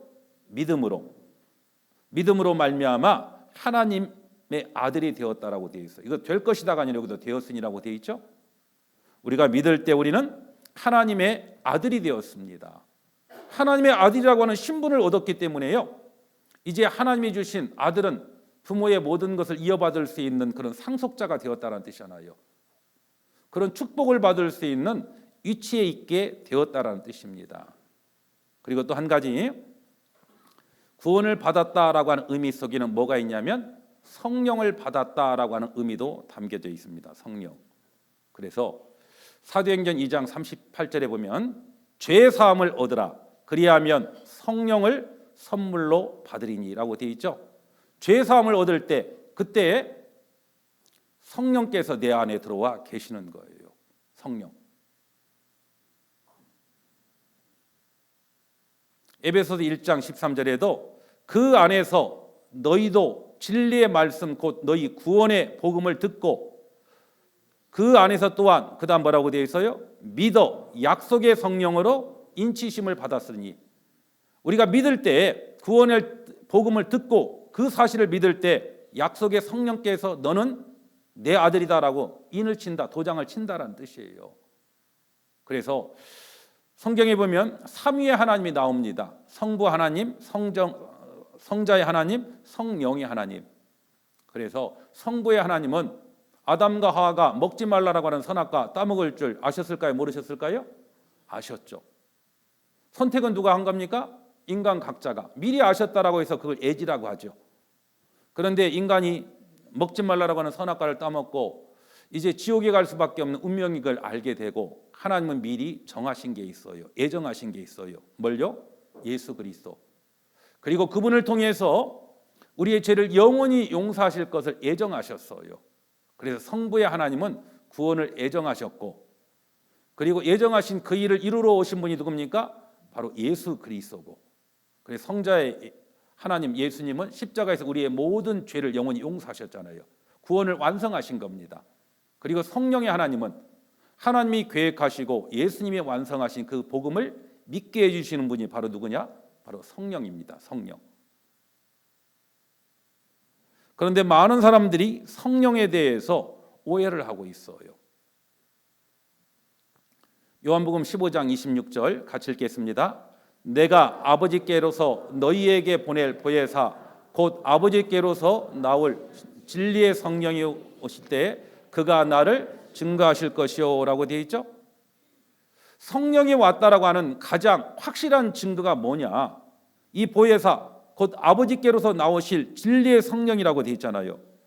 이 성령이 왔다라고 하는 가장 확실한 증거는 뭐냐면, 그 성령이 오실 때 그가 누구를 증거한다고요? 나를 증거한다라고 했는데 나가 누구예요? 이거 예수님이 하신 말씀이거든요. 바로 예수님을 증거합니다. 그래서 성령이 오시면은요, 가장 확실한 증거가 뭐냐? 예수님과 나와 어떤 관계인지를요 가장 정확하게 압니다. 그래서 아까 스펄전 목사를 이야기했는데요, 그 스펄전 목사님, 그분이 이제 60도 못 돼가지고 이제 돌아가시게 되었어요. 돌아가시기 전에 이제 인터뷰를 했습니다. 스펄전 목사님, 당신이 많은 설교를 했는데 설교했던 내용을 한마디로 줄이면 뭡니까? 라고 했더니 스펄전 목사님 이렇게 이야기했어요. Jesus died for me. 예수 그리스도 그분이 죽었다. 그건 누구나 다 알고 있죠. 중요한 건 for me. 나를 위해서 돌아가셨다. 그렇죠. 그분의 그 설교 속에는 예수님께서 자신의 죄를 위해서 돌아가셨다라고 하는 것. 왜? 진리의 성령이 오시면 예수님을 증거하거든요. 그래서 예수님과 나와 올바른 관계를 알게 합니다. 그리고 이 성령을 진리의 성령이라고 했잖아요. 진리의 성령. 이 진리가 뭡니까? 아버지의 말씀은 진리니라고 되어 있죠. 그래서 진리의 성령이 오면은요, 하나님 예수님과 나와의 관계를 알 뿐만 아니라 진리의 성령이 오면은 어떻게 하냐면 더 진리인 하나님의 말씀을 더 가까이 하고 더 보고 싶은 마음이 생기는 거예요. 왜요? 이 성경 속에 뭐가 담겨 있습니까? 하나님의 놀라운 약속이 담겨 있고 사랑이 담겨져 있잖아요. 사랑하는 사람은요, 사랑하는 사람이 보내준 그 편지 있잖아요. 편지를 읽고 또 읽고 또 읽죠. 그런 적이 없는 모양이네. 그렇잖아요. 사랑이 식으면요 안 보겠죠. 그렇죠. 그래서 하나님을 사랑하는 마음이 있다라고 하면은요, 그 누구보다도 성경을 가까이 할 수밖에 없어요. 구원받기 전에는요, 최고의 수면제가 뭐였어요? 교회 다니는 분들 중에 최고의 수면제는 성경이었고, 그렇지 설교 시간이었잖아요. 왜? 진리가 없기 때문에. 그래서 구원받은 그리스도인들은 진리인 하나님의 말씀을 가까이 할 수밖에 없습니다. 그리고 진리인 이 성령이 오시면은 어떤 마음이 드느냐? 더 거룩하게, 더 올바르게 살고자 하는 마음을 갖게 만들어요. 우리 죄가 영원히 용서되었으니까 마음 놓고 죄 짓고 산다. 성령은 거룩한 영이거든요. 거룩한 영이 왔기 때문에 거룩하게 살고자 하는 그런 마음이 있는 거예요. 우리의 죄가 영원히 용서되었다라고 해가지고 마음 놓고 죄 짓고 살도록 만들지 않는다라는 뜻입니다. 그리고 그 성령이 오시면 하나님의 은혜에 대한 감사, 그리고 예수님에 대한 사랑이 클 수밖에 없는 거예요. 왜? 내가 어떠한 사람인지 알잖아요. 그런 나를 위해서 하나님은 자신의 아들 예수 그리스도를 통해서 구원해 주셨다는 사실을 깨달아 알았기 때문에 더 사랑할 수밖에 없는 겁니다. 그래서 진리의 성령이 오셨었을 때 예수님과 나와의 관계를 더 바르게 알게 하고, 그리고 진리의 성령이 오면 더 하나님의 말씀을 가까이 하게, 그리고 더 거룩한 삶을 살도록 만들어주는 것이 뭐냐면 성령께서 그렇게 하십니다. 그리고 또 한 가지, 구원의 의미 속에는 하나님의 제사장이 된다라고 하는 의미를 가지고 있어요. 그래서 요한계시록 1장에 보면 우리를 사랑하사 그의 피로 우리 죄에서 우리를 해방하시고, 이제 예수님의 피로 죄를 해방받은 사람은 어떻게 되느냐? 그 아버지 하나님을 위하여 우리를 나라와 뭘로 삼았다고요? 제사장으로 삼았다라고 되어 있죠. 이제 우리가 구원을 받을 때 하나님의 제사장이 됩니다. 베드로전서 2장에 보면은 오직 너희는 택하신 족속이요 왕 같은 뭐라고요? 제사장들이요라고 되어 있죠. 거룩한 나라요 그의 소유된 백성이다. 이는 너희를 어두운 데서 불러내어 그의 기이한 빛에 들어가게 하신 자의 아름다운 덕을 선전하게 하려 하심이라고 되어 있어요. 이제 우리가 구원을 받을 때 우리는 하나님의 제사장, 제사장이란 말은 이런 의미를 가지고 있어요. 한번 따라서 해보겠습니다. 다리를 놓는 사람. 제사장이 어떤 의미를 가지고 있다고요? 다리를 놓는 사람. 그렇죠. 구약의 이스라엘 민족과 하나님 사이 그 죄 문제가 가로막혀 있었잖아요. 그때 그 연결해 주는 역할을 하는 게 누굽니까? 제사장이거든요. 하나님과 인간 사이에 다리를 놓는 역할을 하는 게 바로 제사장인 것처럼 우리 구원받은 그리스도인들도 세상 죄인과 하나님과 다리를 놓는 사람. 그 제사장은 그 일을 하는 사람이 바로 제사장이라는 뜻이에요. 그런 놀라운 특권이 우리에게 주어졌어요. 하나님과 죄인과 다리를 연결해 주는 사람, 이게 얼마나 대단한 위치입니까? 우리 구원받은 그리스도인들은 구원을 받을 때 이런 다양한 의미를 한꺼번에 구원받을 때 받은 거예요. 죄사함을 받았고, 의롭다함을 얻었고, 거듭났고, 영생을 얻었고, 하나님의 자녀가 되었고, 성령을 받았고, 하나님의 제사장이 된 겁니다. 그리고 구원받은 그리스도인 안에 성령께서 오신 이유가 있어요. 구원받은 사람에게도 여전히 죄의 기질들은 남아 있습니다. 어떤 사람은 구원받으면 이제 죄에 대한 기질조차가 애성품이 없어질 거라고 그렇게 착각하는 사람이 있는데 아닙니다. 언뜻 보면 예수님이 내 죄 용서했으니까 나는 다시는 죄 안 지을 것 같다라고 생각하는데요. 아니에요. 우리도 세상에 나가서 누가 다 열받게 하면 열 받아야 안 받아요? 그래요. 그때는 열 받고 그렇죠. 더 못 갚아주면 또 칼도 갈고 있고 그렇잖아요. 갚아주려고. 그런데 구원을 받고 나면 어떻습니까? 그 이길 수 있는 힘을 점점 길러줘요. 그래서 신분이 의인일 뿐만 아니라 실제 의인답게 신분이 하나님의 자녀 되었을 뿐만 아니라 실제적으로도 하나님의 자녀답게 살도록 만들어줍니다. 그래서 말씀드렸잖아요. 우리 구원한 이유가 하나님의 선한 일을 위해서 구원했다라고. 이 꼬마가 아주 잘 설명해주고 있는데요. 그 이야기 한번 들어보겠습니다. 제 설교 필요 없이 꼬마가 다 하고 있더라고요. 난 어떤 거지가 있었어. 근데 그 거지가 밥을 못 먹어가지고 죽을 뻔했어. 근데 그때 왕이 그 길을 거리고 있는 거야. 그러니까 왕이 이랬어. 너는 이제 내 아들이다. 너는 이제 궁전에 와서 나랑 같이 살 거다. 라고 말했어. 근데 있는 거 있지. 그리고 소년이 따라가다가 이제 왕이 말했어. 네가 나를 따라갈 거면 네가 있는 것을 다 버려야 돼. 다 버려. 왜냐면 그래서 소년은 자기 물건들을 바라봤어. 먼저 깡통. 그 깡통이 없었다면 밥을 못 먹어. 굶어 죽을 뻔했어. 그 다음에 이제 담요를 봤어. 그렇게 바람이 부를 때 담요가 지켜줬지. 근데 그 담요랑 깡통을 버리라는 거야. 너무 심각하지 않아? 그리고 마지막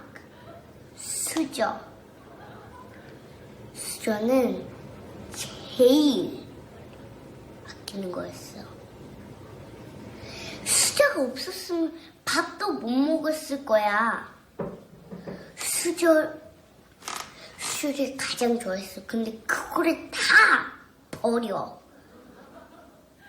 그러니까 왜 버려야 돼?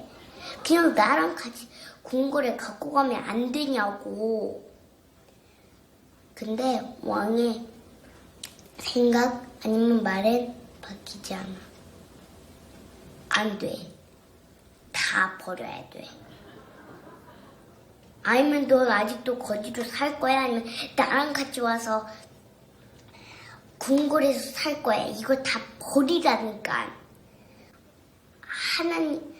이거 하나님 진짜 막 하나님보다 뭐를 더 좋아하면 안 된다고. 하나님이랑 같이 헤이븐로 갈 거면 아무것도 들고 갈 수 없어. 깡통 그런 거를 갖고 가면 지금 하나님이 보시기에는 우리는 지금 거지야. 우리는 full of sin. 여기에 sin이 너무 많아. 우린 지금 거지야. 근데 하나님이 우리를 그렇게 사랑해서 지저스를 보내서 죽었지. 그러니까 3일에 일어났어. 그러니까 이거를 다 버리고 하나님을 믿으러 헤븐로 가는 거야. 자, 이제 할머니 잘 들었지? 거지 스토리. 이제 끝이야. 그래요. 뭐 제 설교 필요 없죠? 예. 이제 우리가 죄 사함을 받았을 때 이런 놀라운 우리가 특권을 하나님의 자녀가 되었고 또요 왕 같은 제사장이 되었습니다. 의인이 되었습니다. 그러려면 어떻게 해야 돼요? 아직도 세상에 있는 거 그거 가지고는 그 하나님의 자녀답게 의인답게 살아갈 수가 없는 거예요. 우리는 선택해야 됩니다. 그걸 버리지 않으면 하나님이 주신 것을 누리고 하나님의 자녀답게 살아갈 수가 없는 거예요. 그러려고 성령께서는 우리 안에서 역사해 계시는 겁니다. 그리고 성령께서는 이 진리인 하나님의 말씀을 통해서 우리에게 바르고 올바르게 갈 수 있도록 인도해 주시는 거예요. 이제 구원받은 그리스도인에게 성령이 들어오신 이유가 있어요. 우리 구원받은 그리스도인에게는 아직도 죄를 지을 수 있는 죄성이 있다라고 했잖아요. 이제 구원을 받으면 이제 마음에 갈등이 생깁니다. 죄성은 어떻습니까? 죄를 짓고자 하는 마음, 그런 마음들이 있고요. 그다음에 성령께서는 하나님의 자녀답게 의인답게 살고자 하는 마음을 이제 새로운 마음들이 우리 주셔요. 그 안에 갈등을 합니다. 그 갈등을 하는 가운데 육신의 것을 버리지 않으면은 성령을 따라 살 수가 없거든요. 그 성령께서 주시는 그 축복 가운데 살기를 원한다라고 하면은 세상의 헛된 것들 하나하나를 포기할 수 있어야 돼요. 그러려면 어떻게 해야 되느냐? 그 힘을 가져야만 포기할 수 있는 힘도 갖게 되는 거예요. 그러려면은 구원받은 그리스도인들이 있어야 될 것이 있습니다. 그 힘을 공급받는 것이 어디냐? 바로 교회라고 하는 곳이에요. 교회. 여기 보시면 교회란 구원받은 사람들의 모임이 바로 교회입니다. 교회는 건물이 아니에요. 그래서 헬라어로 에클레시아라고 이야기합니다. 바로 세상 가운데 빼어낸 무리다라는 뜻이에요. 하나님은 죄 가운데 있는 우리를 예수님의 피로 사셔서 빼어내서 모아놨어요. 이게 바로 교회란 말입니다. 교회. 그래서 거듭난 사람이 교회다라고 되어 있죠. 그래서 고린도전서 1장에 보면 고린도에 있는 하나님의 교회 곧 그리스도 예수 안에서 거룩하여지고 성도라 부르심을 입은 뭐라고 되어 있어요? 자들이라고 되어 있죠. 건물하고 관계없습니다. 구원받은 그리스도인의 무리가 바로 교회입니다. 어떤 교회가 바른 교회냐? 아무리 교회 이름 붙어 있어도 거기에 영생의 말씀이 전해지지 않으면 그게 교회다라고 말할 수가 없습니다. 하나님의 은혜의 복음이 증거되는 바로 그곳, 그게 하나님 앞에 올바른 교회예요. 그리고 그곳에 있으면 지혜로운 자와 동행하면 지혜를 얻고 미련한 자와 사귀면 해를 받는다라고 했던 것처럼 그 구원받은 그리스도인의 무리 가운데 있으면요 지혜를 얻는다라고 했던 것처럼 최고의 지혜가 뭡니까? 잠언에 보면 지혜란 말이 나옵니다. 그 지혜에다가 누굴 적용을 시키면 되냐면 예수님, 바로 예수님을 얻을 수 있어요. 그런데 미련한 자가 어떻습니까? 하나님을 믿지 않은 사람들, 그런 사람과 사귀면 결국은 영원한 해를 받을 수밖에 없는 거예요. 그래서 이 교회는 그의 몸이다라고 돼 있어요. 교회의 머리가 누구냐? 예수님이고 그 몸인 교회 안에 우리가 있을 때 만물 안에서 만물을 충만케 하시는 자의 충만이 머리 대신 주님을 통해서 우리에게 공급해 주시는 겁니다. 그래서 구원받은 그리스도인들이요 어디에 있어야 되느냐? 주님의 몸된 교회 안에 머물러 있어야만 하나님의 자녀답게 바르고 올바르게 살아갈 수가 있는 겁니다. 그래서 구원받은 그리스도인들이 무엇보다도 중요한 것은 내가 있어야 될 것이 어디 있는지를 분명하게 알아야 돼요. 그래서 특별히 이 구원받은 그리스도인들이 있어야 될 위치, 아까 교회 이야기도 했는데요. 크게 두 가지 위치가 있어요. 첫 번째가 육신의 위치, 또 한 가지는 영적인 위치가 있습니다. 그 육신의 위치는 이제 구원을 받고 나면은요 각각 구원받을 때 있었던 장소가 있잖아요. 위치가 있잖아요. 아내의 위치가 있고 남편의 위치가 있고 직장인의 위치가 있고 학생의 위치가 있어요. 그 위치에 그대로 있어야 됩니다. 어떤 사람은요, 야, 예수님의 피가 내 죄를 영원히 용서했고 이것만 믿으면 다 천국에 간다고. 이것보다 중요한 거 없네. 그렇죠. 그것보다 중요한 거 없죠. 그래서 갑자기 주부가요, 집안일 때려치우고, 그렇죠. 직장인 직장 관두고 이제 어디로 갑니까? 또 청라로 가야 되겠네요. 예, 그렇죠. 가가지고 만나는 사람마다 예수님의 피가 죄를 영원히 용서했다. 그것만 믿으면 천국이다. 그러면 사람들이 듣고 뭐라고 할까요? 아, 그래요? 진짜 감사합니다. 그래요? 갑자기 어디 교회 가더니 미쳤다라고. 그 가족들은 뭐라고 생각할까요? 교회가 사람 하나 버려놨다라고. 그럴 거 아니에요? 구원받은 그리스도인들은 우리 육신적인 위치, 바로 아내의 위치면 아내로서 더 최선을 다해야 됩니다. 남편이면 남편으로서, 직장인은 직장인으로서 더 최선을 다하고 바르게 올바르게 살아야 돼요. 성실하게 살아야 돼요. 학생은요, 열심히 공부해야 됩니다. 열심히. 뭐 모든 학생들에게 다 뭐 1등 하라는 소리는 하고 싶진 않아요. 뭐 그것도 공부도 달란트가 있잖아요. 그런데 최소한 구원받고 나면요, 구원받기 전보다 구원받고 나서는 성적은 올라야 됩니다. 그리고 또 특별히 대학생들요.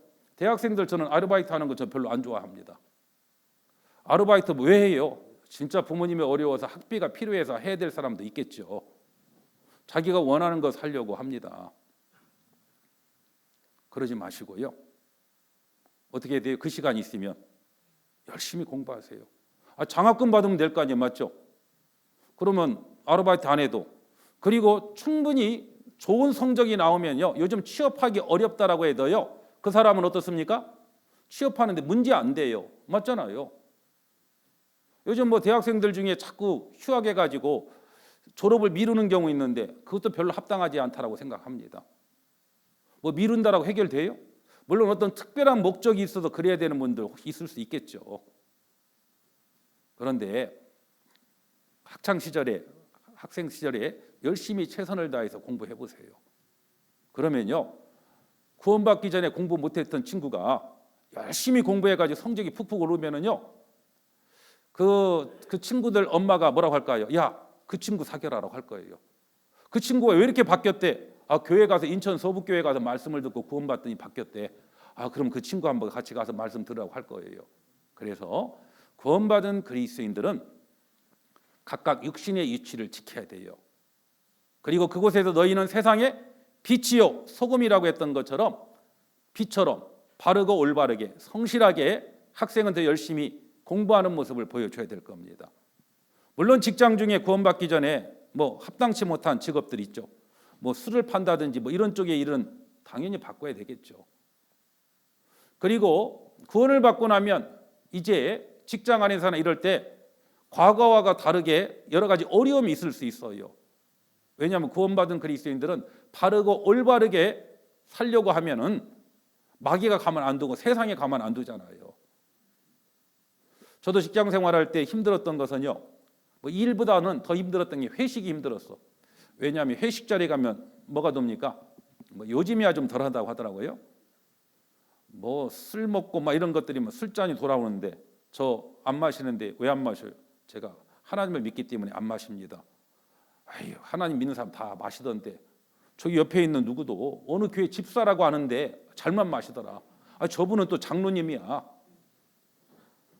직분이 뭐야? 저한테 물어봅니까? 저 없는데요. 집사 장로도 마시는데 마셔. 그렇게 융통성 없게 살면 되겠어? 이 험한 세상 살려면 그 융통성이 있어야 돼. 그러면서 봐, 저 사람들 얼마나 융통성이 있냐고. 그렇게 비난해도 그래도 어떻게 해야 돼요? 안 마셔야 됩니다. 처음에요, 뭐 단칼에 아닙니다. 저는 안 마십니다. 그러면은요, 한두 번은 어려움이 있어도요, 그 다음부터는 이제 어려움 없어. 오히려 그때 포식하는 겁니다. 그때 부작용이네, 이 몸매가. 그래요. 뭐 그때는 이제 내 돈 안 내고 비싼 거 많이 먹을 수 있잖아요. 뭐 얼마든지 먹고, 그렇죠? 대신에 술, 담배 뭐 노름이 안 해도 뒤처리는 잘해야 되겠죠. 이제 술 먹고 운전할 수 없을 때 뭐 대리 부르기 전에 제가 모셔다 드리겠습니다. 이러면은요, 그래도 술 안 마시는 사람이 있어, 우리 중에 있어서 우리 집에 갈 때 아주 편하게 간다라고. 오히려 좋잖아요. 그리고요, 나중에 안 믿는 사람도 그래요. 아유, 저 사람 융통성고 막혔고 답답하다라고 했던 저보고 진짜 믿는 사람이라고 이야기하고 있고요. 오히려 융통성 있다라고 이야기했던 사람에게 뭐라고 할까요? 저 사람은 집사가 아니라 순 잡사라고 그러죠. 온갖 죄를 다 짓고 오히려 욕을 합니다. 그래서 우리 구원받은 그리스도인들은 구원받은 그리스도인답게 각각의 위치에서 그 자리를 지키고 바르고 올바르게 살아야 돼요. 그리고 그 일이 더 이상 감당하기 어렵다라고 하면 하나님은 어떻게 합니까? 감당할 시험만 주시고요. 안 되면 피할 길을 내주신다라고 되어 있어요. 그래서 우리 구원받은 그리스도인들은 육신의 위치를 잘 지켜야 돼요. 그리고 또 한 가지 영적인 위치가 있죠. 구원받은 그리스도인이 있어야 될 곳, 바로 구원받은 그리스도인의 무리가 있는 바로 교회 안에 머물러 있어야 돼요.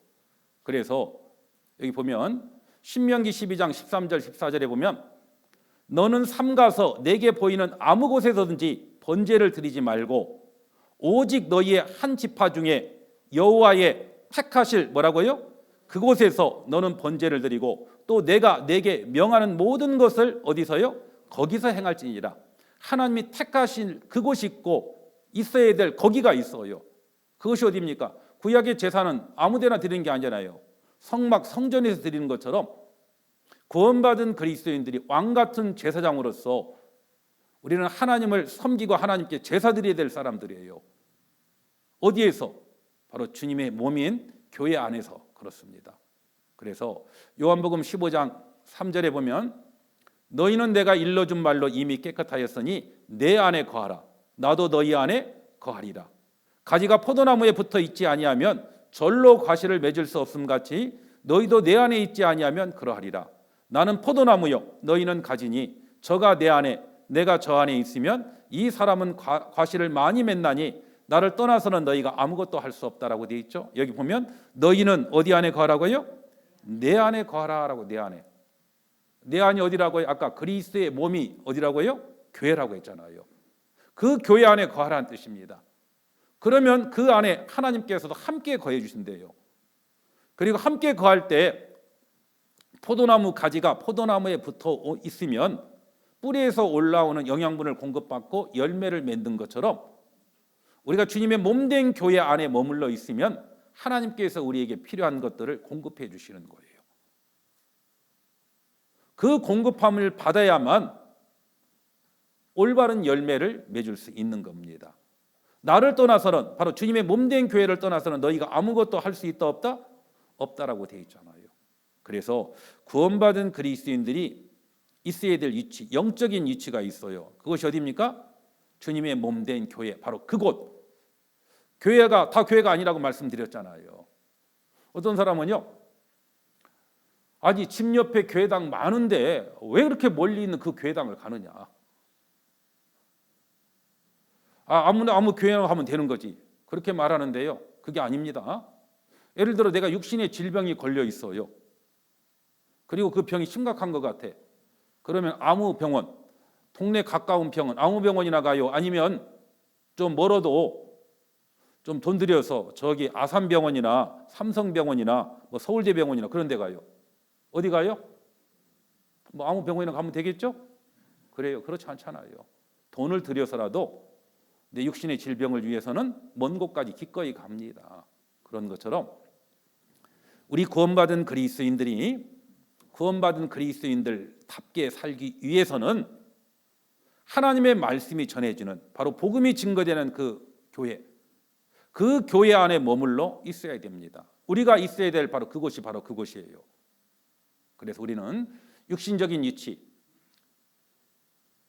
각각의 부름을 받은 그 위치가 도덕적으로 틀리지 않았다라고 하면요, 그 위치에 머물러 있어야 돼요. 그래서 우리 요즘 직장 구하기가 힘들다라고 하는데요, 사실은 직장은 널려 있어요. 맨날 외국인 근로자들을 많이 와서 일하는 이유가 뭡니까? 한국 사람이 안 하려고 하는 거예요. 그러니까 그래요. 그런 것은 한국 사람이 가기 싫어한다고. 어떤 거 가기 좋아해요? 그렇죠. 여름에는 시원하고 겨울에는 따뜻하고 그렇죠. 깔끔하게 양복 차려입고 그리고 제때 끝나는 직장. 그게 참 좋은 직장이죠. 할 수 있으면 그런 직장 구할 수 있으면 구해야 돼요. 그러려면 어떻게 해야 된다고요? 아무나 가나요? 실력이 있어야 되지. 그러니까 우리 학생들 열심히 공부하라는 뜻이에요. 그런 직장은 그냥 주어지는 게 아니에요. 그래서 최선을 다해서 열심히 준비해서 그런 직장이 찾을 수 있도록 노력을 해야 돼요. 그리고 이것저것 해도 안 되면 어떻게 됩니까? 내게 맞는 직장을 찾아야 돼요. 그거 뭐 2년, 3년 빈둥거리는 거 하나님 앞에 합당치 않거든요. 내가 이제 안 되면 뭐 험한 일이라도요. 뭐 3D 그러는데 뭐 3D가 어디가 있어요? 내가 최선을 다해서 살면 되는 겁니다. 그리고 힘들고 어려운 일일수록요. 나중에 잘릴 일이 별로 없어요. 맞죠? 좋은 직장, 빛 좋은 개살구라고요. 오히려 뭐 이런 말 들었죠. 38선 들어봤어요? 38세가 정년이고 뭐 사오정 45세가 정년이고 이런 말 들어봤어요? 그래요. 좋은 직장이다라고 하는 직장일수록 오히려 평생 직장이 되기 어려울 수 있습니다. 그래서 내가 뭐 그런 쪽이 안 된다라고 하면 어떤 기술을 가지고요. 그 기술도 다른 사람보다 더 뛰어난 기술을 가지고 있으면요. 살아가는데 아무 문제가 안 돼요.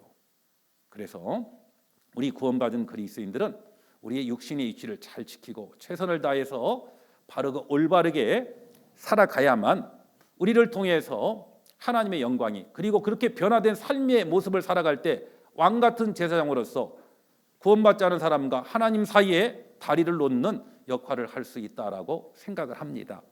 그리고 그 하나님의 자녀답게 바르고 올바르게 살아가면 뭐가 주어지느냐? 영원한 영광이 주어져요. 하나님은 단지 천국 가게만 하신 게 아닙니다. 선한 일을 하라고 하신 이유가 뭡니까? 우리에게 영원한 영광을 주기 위해서 그런 거예요. 그래서 여기 보시면 디모데후서 2장 10절에 보면 같이 읽겠습니다. 그러므로 내가 택하신 자를 위하여 모든 것을 참음은 저희로도 그리스도 예수 안에 있는 구원을 영원한 영광과 함께 얻게 하려 함이로라. 여기 보시면 내가 택하신 자를 위하여, 이 택하신 자가 누구냐면 유대인들을 말합니다. 내가는 누구냐면 사도 바울이거든요. 사도 바울이 구원을 받고 난 다음에 그도 유대인이었는데 구원을 받고 나니까 이제 택하신 자 유대인들이 많은 핍박을 했어요. 가는 곳마다. 그것처럼요. 구원을 받고 나면은요. 우리를 누가 핍박하느냐? 안 믿는 사람이요? 아니요. 오히려 교회 다니는 사람이 더 핍박을 해요. 바울에게도 그랬어요. 그런데 바울은 그 모든 것을 뭐 했다고요? 참았다라고 되어 있죠. 그 모든 것을 참음은이라고 해서 참았던 이유가 뭐냐?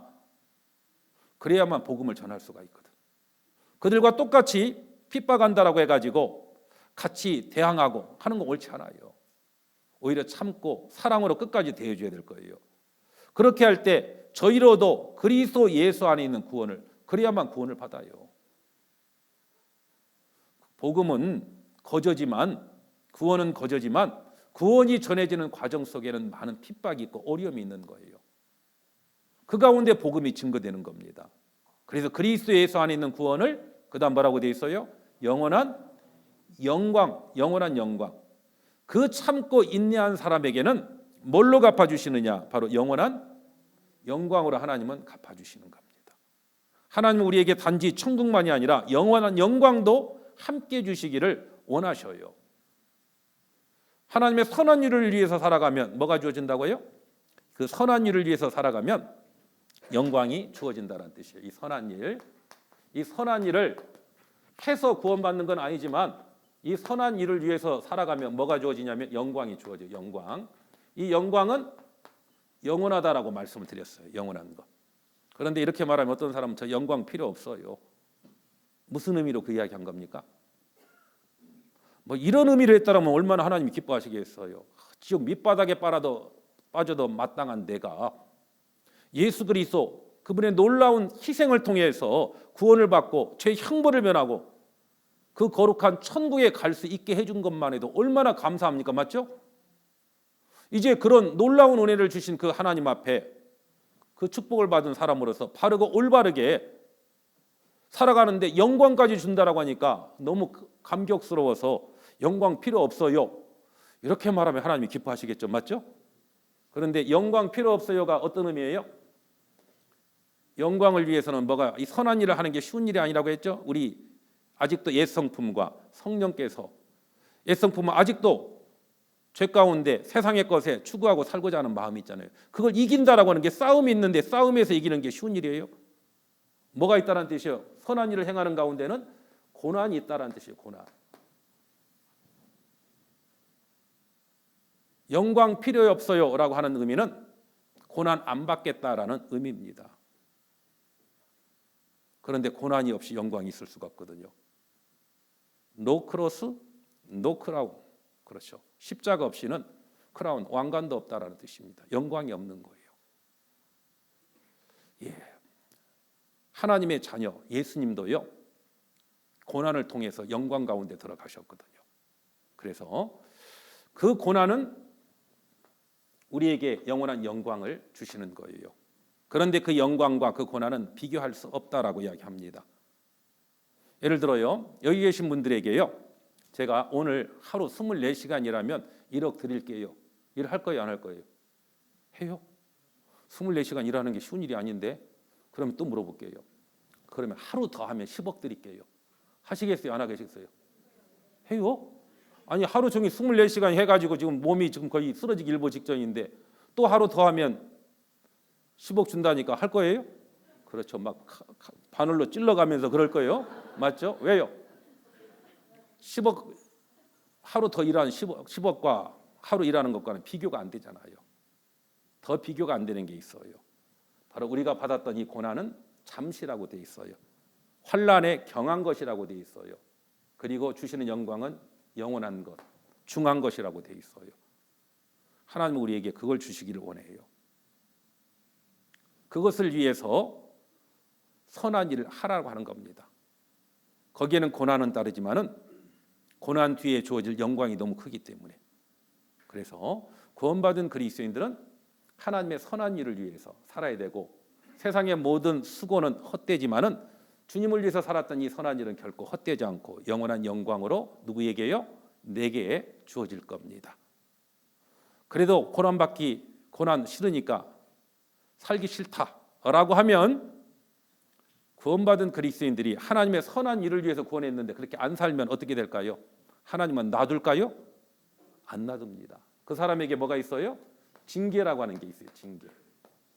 구원받은 그리스도인들이 하나님의 자녀답게 바르게 살아야 되는데 안 살면 징계를 받습니다. 징계를. 그래서 여기 보시면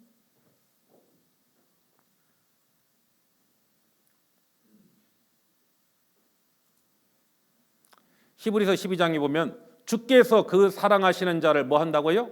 징계하신다라고 되어 있죠. 그의 받으시는 아들마다 채찍질 한다라고 되어 있어요. 8절 같이 읽겠습니다.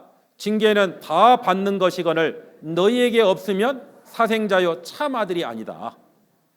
구원받은 그리스도인들이 하나님의 선한 일을 위해서 구원했는데 하나님의 선한 일과 관계없이 죄짓고 마음대로 산다? 하나님 놔둘까요? 안 놔둡니다. 뭐 남의 집 아들들은요 뭐 내버려 두죠. 그렇죠. 그런데 자기 집 아들이 잘못 살면 내버려 둘까요? 가만 안 놔둡니다. 예, 징계. 어떤 경우는요. 아유, 저는 잘못 살아도 징계 없는 것 보니까 하나님의 집에 막내 같아요. 그러더라고요. 막둥이는 봐주는 경우 많이 있잖아요. 그런데 하나님의 집에 막둥이 있어요, 없어요? 없어요. 엄하게 하나님은 때리십니다. 징계하셔요. 그래서 징계. 슬퍼 보이지만은 그 징계를 통해서 연달한 자는 의의 평강한 열매를 맺도록 하기 위해서 하나님은 사랑하기 때문에 징계를 하셔요. 사랑하기 때문에. 참 징계한다라고 하는 게 쉬운 일은 아닙니다. 징계하는 게. 저도 그래요. 저도 자식을 키워봤지만은요. 이 자식들 징계하는 게 쉬운 일이 아니더라고. 그래서 딸은 좀 조용히 했습니다. 그래서 딸은 별로 맞을 일이 없었어요. 그런데 아들은요. 목소리가 좀 허스키하게 바뀐 이유가 있습니다. 어렸을 때부터 얼마나 울었는지요. 그리고 고집이 얼마나 센지도 몰라. 그 고집을 꺾어야만 바르게 되잖아요. 그래서 제가 가만뒀겠어요? 그래서 아주 엄하게 책망을 했습니다. 그리고 이제 뭐 자주는 아닌데 제가 매를 때릴 때는요, 저는 봐주는 건 없습니다. 우선 안 봐주게 생겼잖아요. 봐주는 게 없었어요. 그래서 회초리 때리다 보니까 회초리가 부러져서 도저히 안 되겠더라고. 그래서 안 되겠길래 장롱 뒷판 있죠, 그 강목, 그걸 가지고 때리는데 감정적으로 안 때리려고 저 노력은 했습니다. 그래서 저희 자매 보지 않는 곳에서 따로 이제 방에서, 그리고 때리기 전에 그 매를 가지고 저를 때려봤어요. 얼마나 아픈지. 그리고 때리는데 이게 보통 용기가 필요하지 않더라고요. 어렸을 때 때리니까요, 이거 때리면 죽을 것 같더라고. 그런데 안 때리면 안 되잖아. 그래서 뭐 사정없이 때렸어요. 심지어는 저희 딸도 가끔 이제 어쩌다 맞게 했는데 얼마나 제가 좀 무식하게 때렸는지 한 매가 몇 자국이 한 6개월 가더라고. 그런데 어찌됐건 그런 걸 통해서 점점 사람답게 하나님 만들어 가셔요. 그런데 징계하는 것이 쉬운 일은 아니에요. 좋은 말로 해가지고 될 것 같으면 좋은 말 했겠어요? 그래서 나중에 제가 부산에서 창원으로 이사 갈 때 나중에 잘못해가지고 이제 매를 때리려고 했더니 매가 없더라고. 나중에 이실 짓고 하더라고요. 부산교회 떠날 때 그 금정산 뒷산에다가 던지고 왔다라고. 예, 어찌됐건 징계는 부모의 마음은 아프게 하지만 자식이 필요하기 때문에 하는 것처럼 하나님도 마찬가지예요. 하나님도 엄하게 구원받은 그리스도인들이 마음 놓고 죄짓고 살면 가만 안 놔둡니다. 그래서 성경에 보면 너무 죄짓고 계속 죄 가운데 돌이키지 않으면은요, 징계해도 안 되면은요, 여기 보면 이런 자들을 사단에게 내어 주었으니 이는 육신은 멸하고 뭐라고요? 영은 주 예수의 날에 구원을 얻게 했다라고 되어 있어요. 그래서 고린도전서에 보면 징계로 약한 자도 병든 자도 잠자는 자도 적지 않았다. 잠자는 자가 뭐예요? 하나님이 데려가는 겁니다.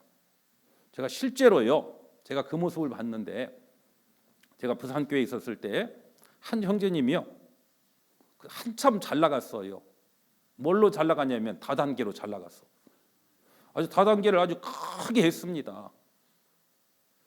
그래서 부산의 서면이라고 하는 곳에서 큰 집에서 좋은 곳에서 뭐 떵떵거리고 살았어요. 그런데 거기에는 많은 사람의 피눈물도 섞여 있었을 거예요. 결국 그것 때문에 청송보호감호소에 갇혔어요. 그리고 이제 형을 치르고 나중에 나왔습니다. 그래서 그 형제님한테, 형제님, 하나님의 자녀면 하나님의 자녀답게 은혜를 끼치는 사람이 되어야 되지, 그러면 되겠습니까? 바르게 올바르게 살아야죠. 아, 그렇게 하겠습니다. 그리고 어느 정도 잘 살았어요. 그리고 시간이 지나면서 옛날에 그 살던 그 가락이 있었는지 보니까 지금은 너무 힘들고 어렵게 살다 보니까요, 다시 가족들을 남겨뒀고 서울로 가겠대요. 아니, 가지 말라고 했는데 결국 갔어요. 그리고 얼마의 시간이 지나고 난 다음에 자매님이 저한테 그러더라고요. 저희 형제가 좀 몸이 많이 안 좋은 것 같은데 혹시 서울 삼성병원에 아시는 분 있느냐라고. 마침 제 구리에 있을 때 알았던 그 형제님이 있어서 연락해가지고 봤는데 의사가 손쓰기 힘들대요. 그래서 결국은 다시 부산으로 내려왔어요. 그러면서 정신 차리고 좀 살았습니다. 그런데 정신 차리고 살던 그 형제가 기적적으로 괜찮아졌어요. 나아오랬어. 실제로 봤습니다. 그리고 난 다음에 얼마의 또 시간이 지나고 난 다음에 또 올라가겠대. 결국 또 올라갔어. 나중에 또 연락이 와서 재발했대요. 나중에는 의식이 없는 상태로 부산의 동아대병원에 있다가 작은 병원으로 옮겨졌다 결국은 갔거든요. 그래요. 하나님은 기회를 주지만 돌이키지 않으면 결국은 죽이기도 합니다. 그래서 징계가 무서워서라도 우리는 바르고 올바르게 살아야 돼요. 그리고 하나님이 주신 은혜 생각한다라고 하면 우리가 전하지 않으면 많은 사람이 영원한 멸망으로 달려가고 있는데 그것이 내게 어려움과 고난이 있다라고 해서 못 본 채 한다. 합당하겠습니까? 그 복음이 내게 전해져 오는 과정 속에 얼마나 많은 앞섰던 믿음의 선진들이 피를 흘리고 그리고 자신의 목숨을 내놨는지 몰라요. 영상을 하나 보겠습니다.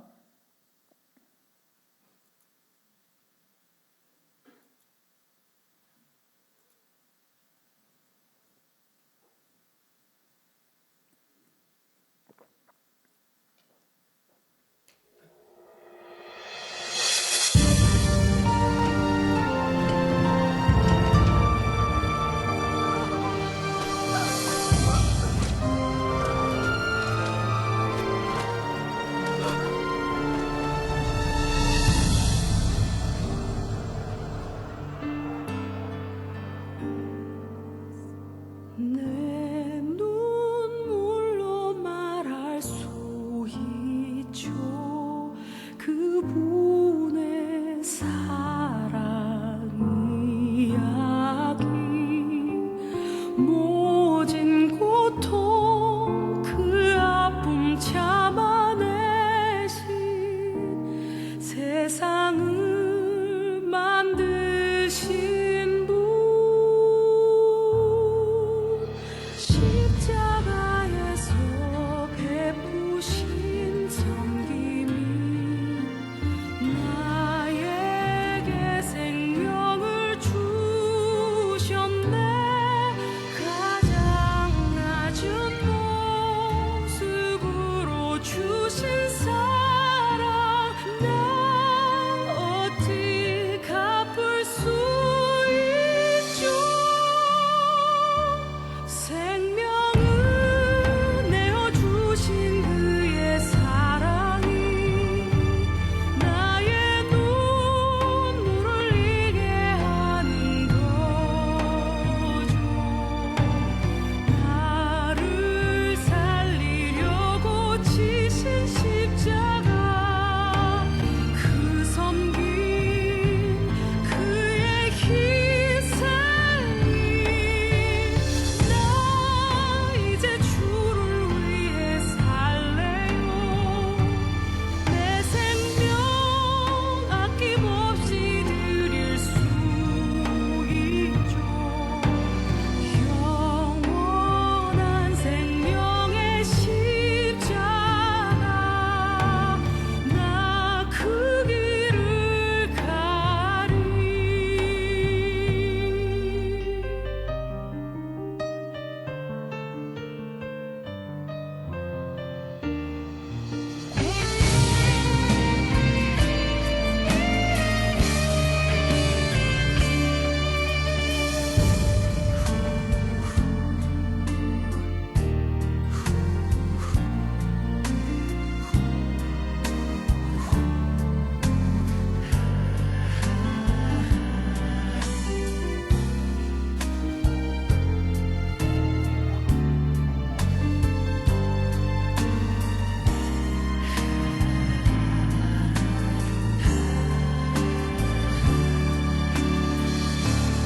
생명을 내어주신 그의 사랑이 나의 눈물을 흘리게 하는 거죠. 나를 살리려고 지신 십자가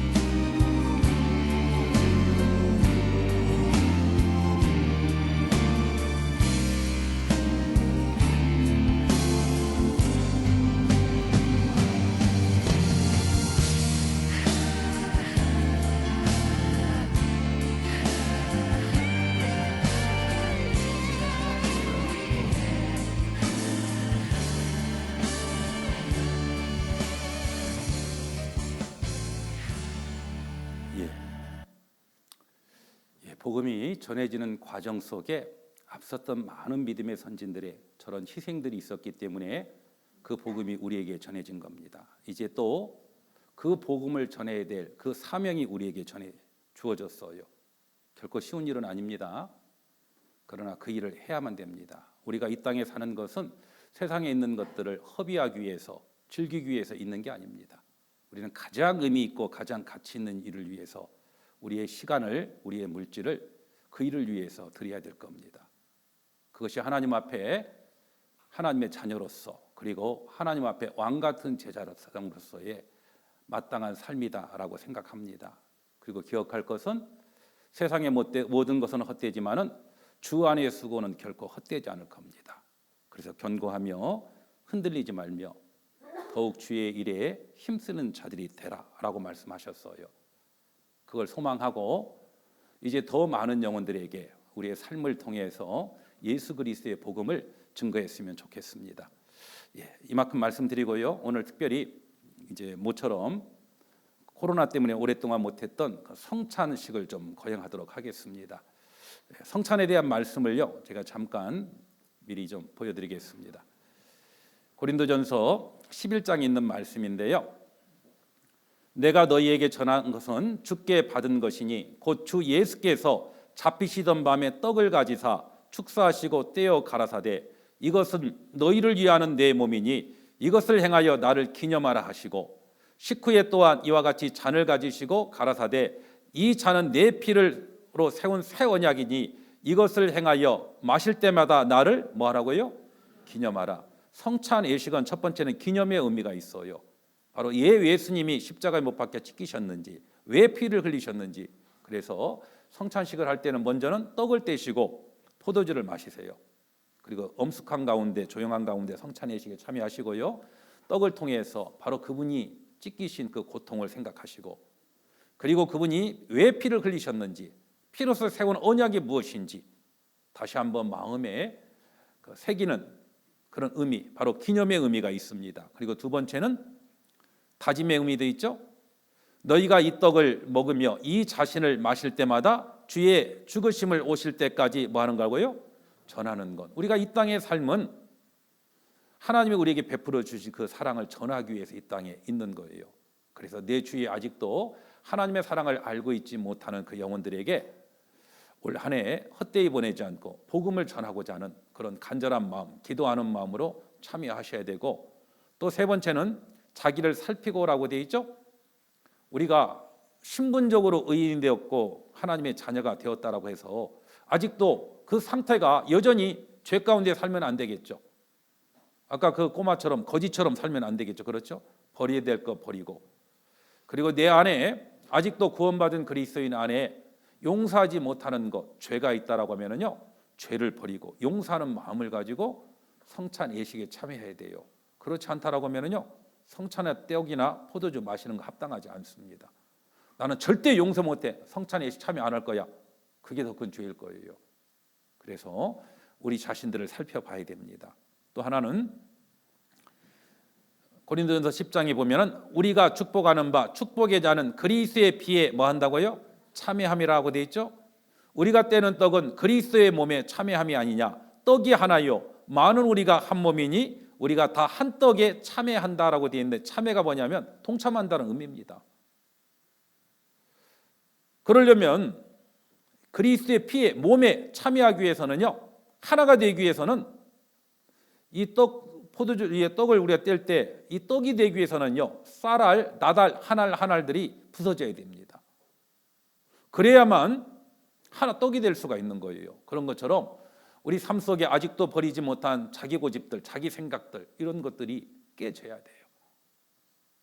그래야만 하나가 될 수 있고, 그래야만 우리를 통해서 그리스도의 복음이 증거될 수 있고, 그리고 여기 계신 모든 분들은, 구원받은 그리스도인들은 하나님 앞에 이 주님의 몸된 교회 안에 구경꾼 없어요.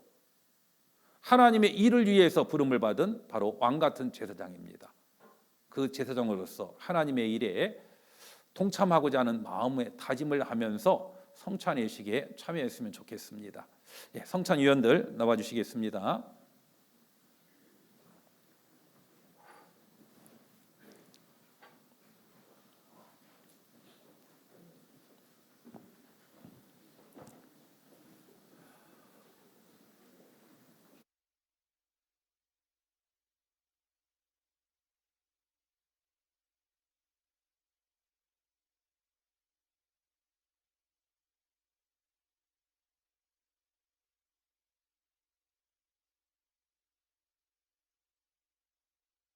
기도하시겠습니다.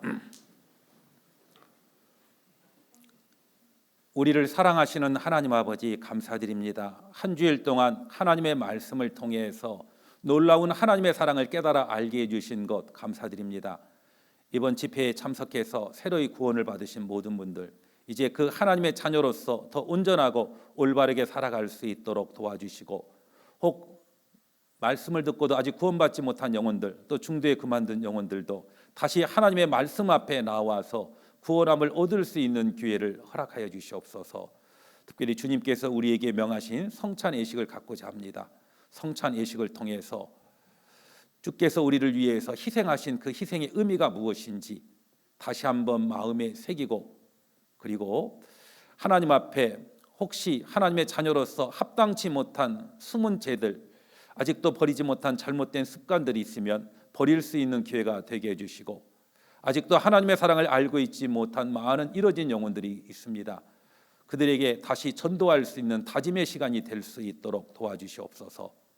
그리고 주님의 한 몸 안에서 하나님이 역사하신다라고는 알기에 하나가 되는데 거침이 되고 걸림이 되는 우리의 잘못된 언어의 습관들이나 잘못된 행동들도 버릴 수 있도록 도와주시고, 주님 앞에 가는 그때까지 온전히 주님의 일에 동참할 수 있는 우리가 되도록 도와주시옵소서.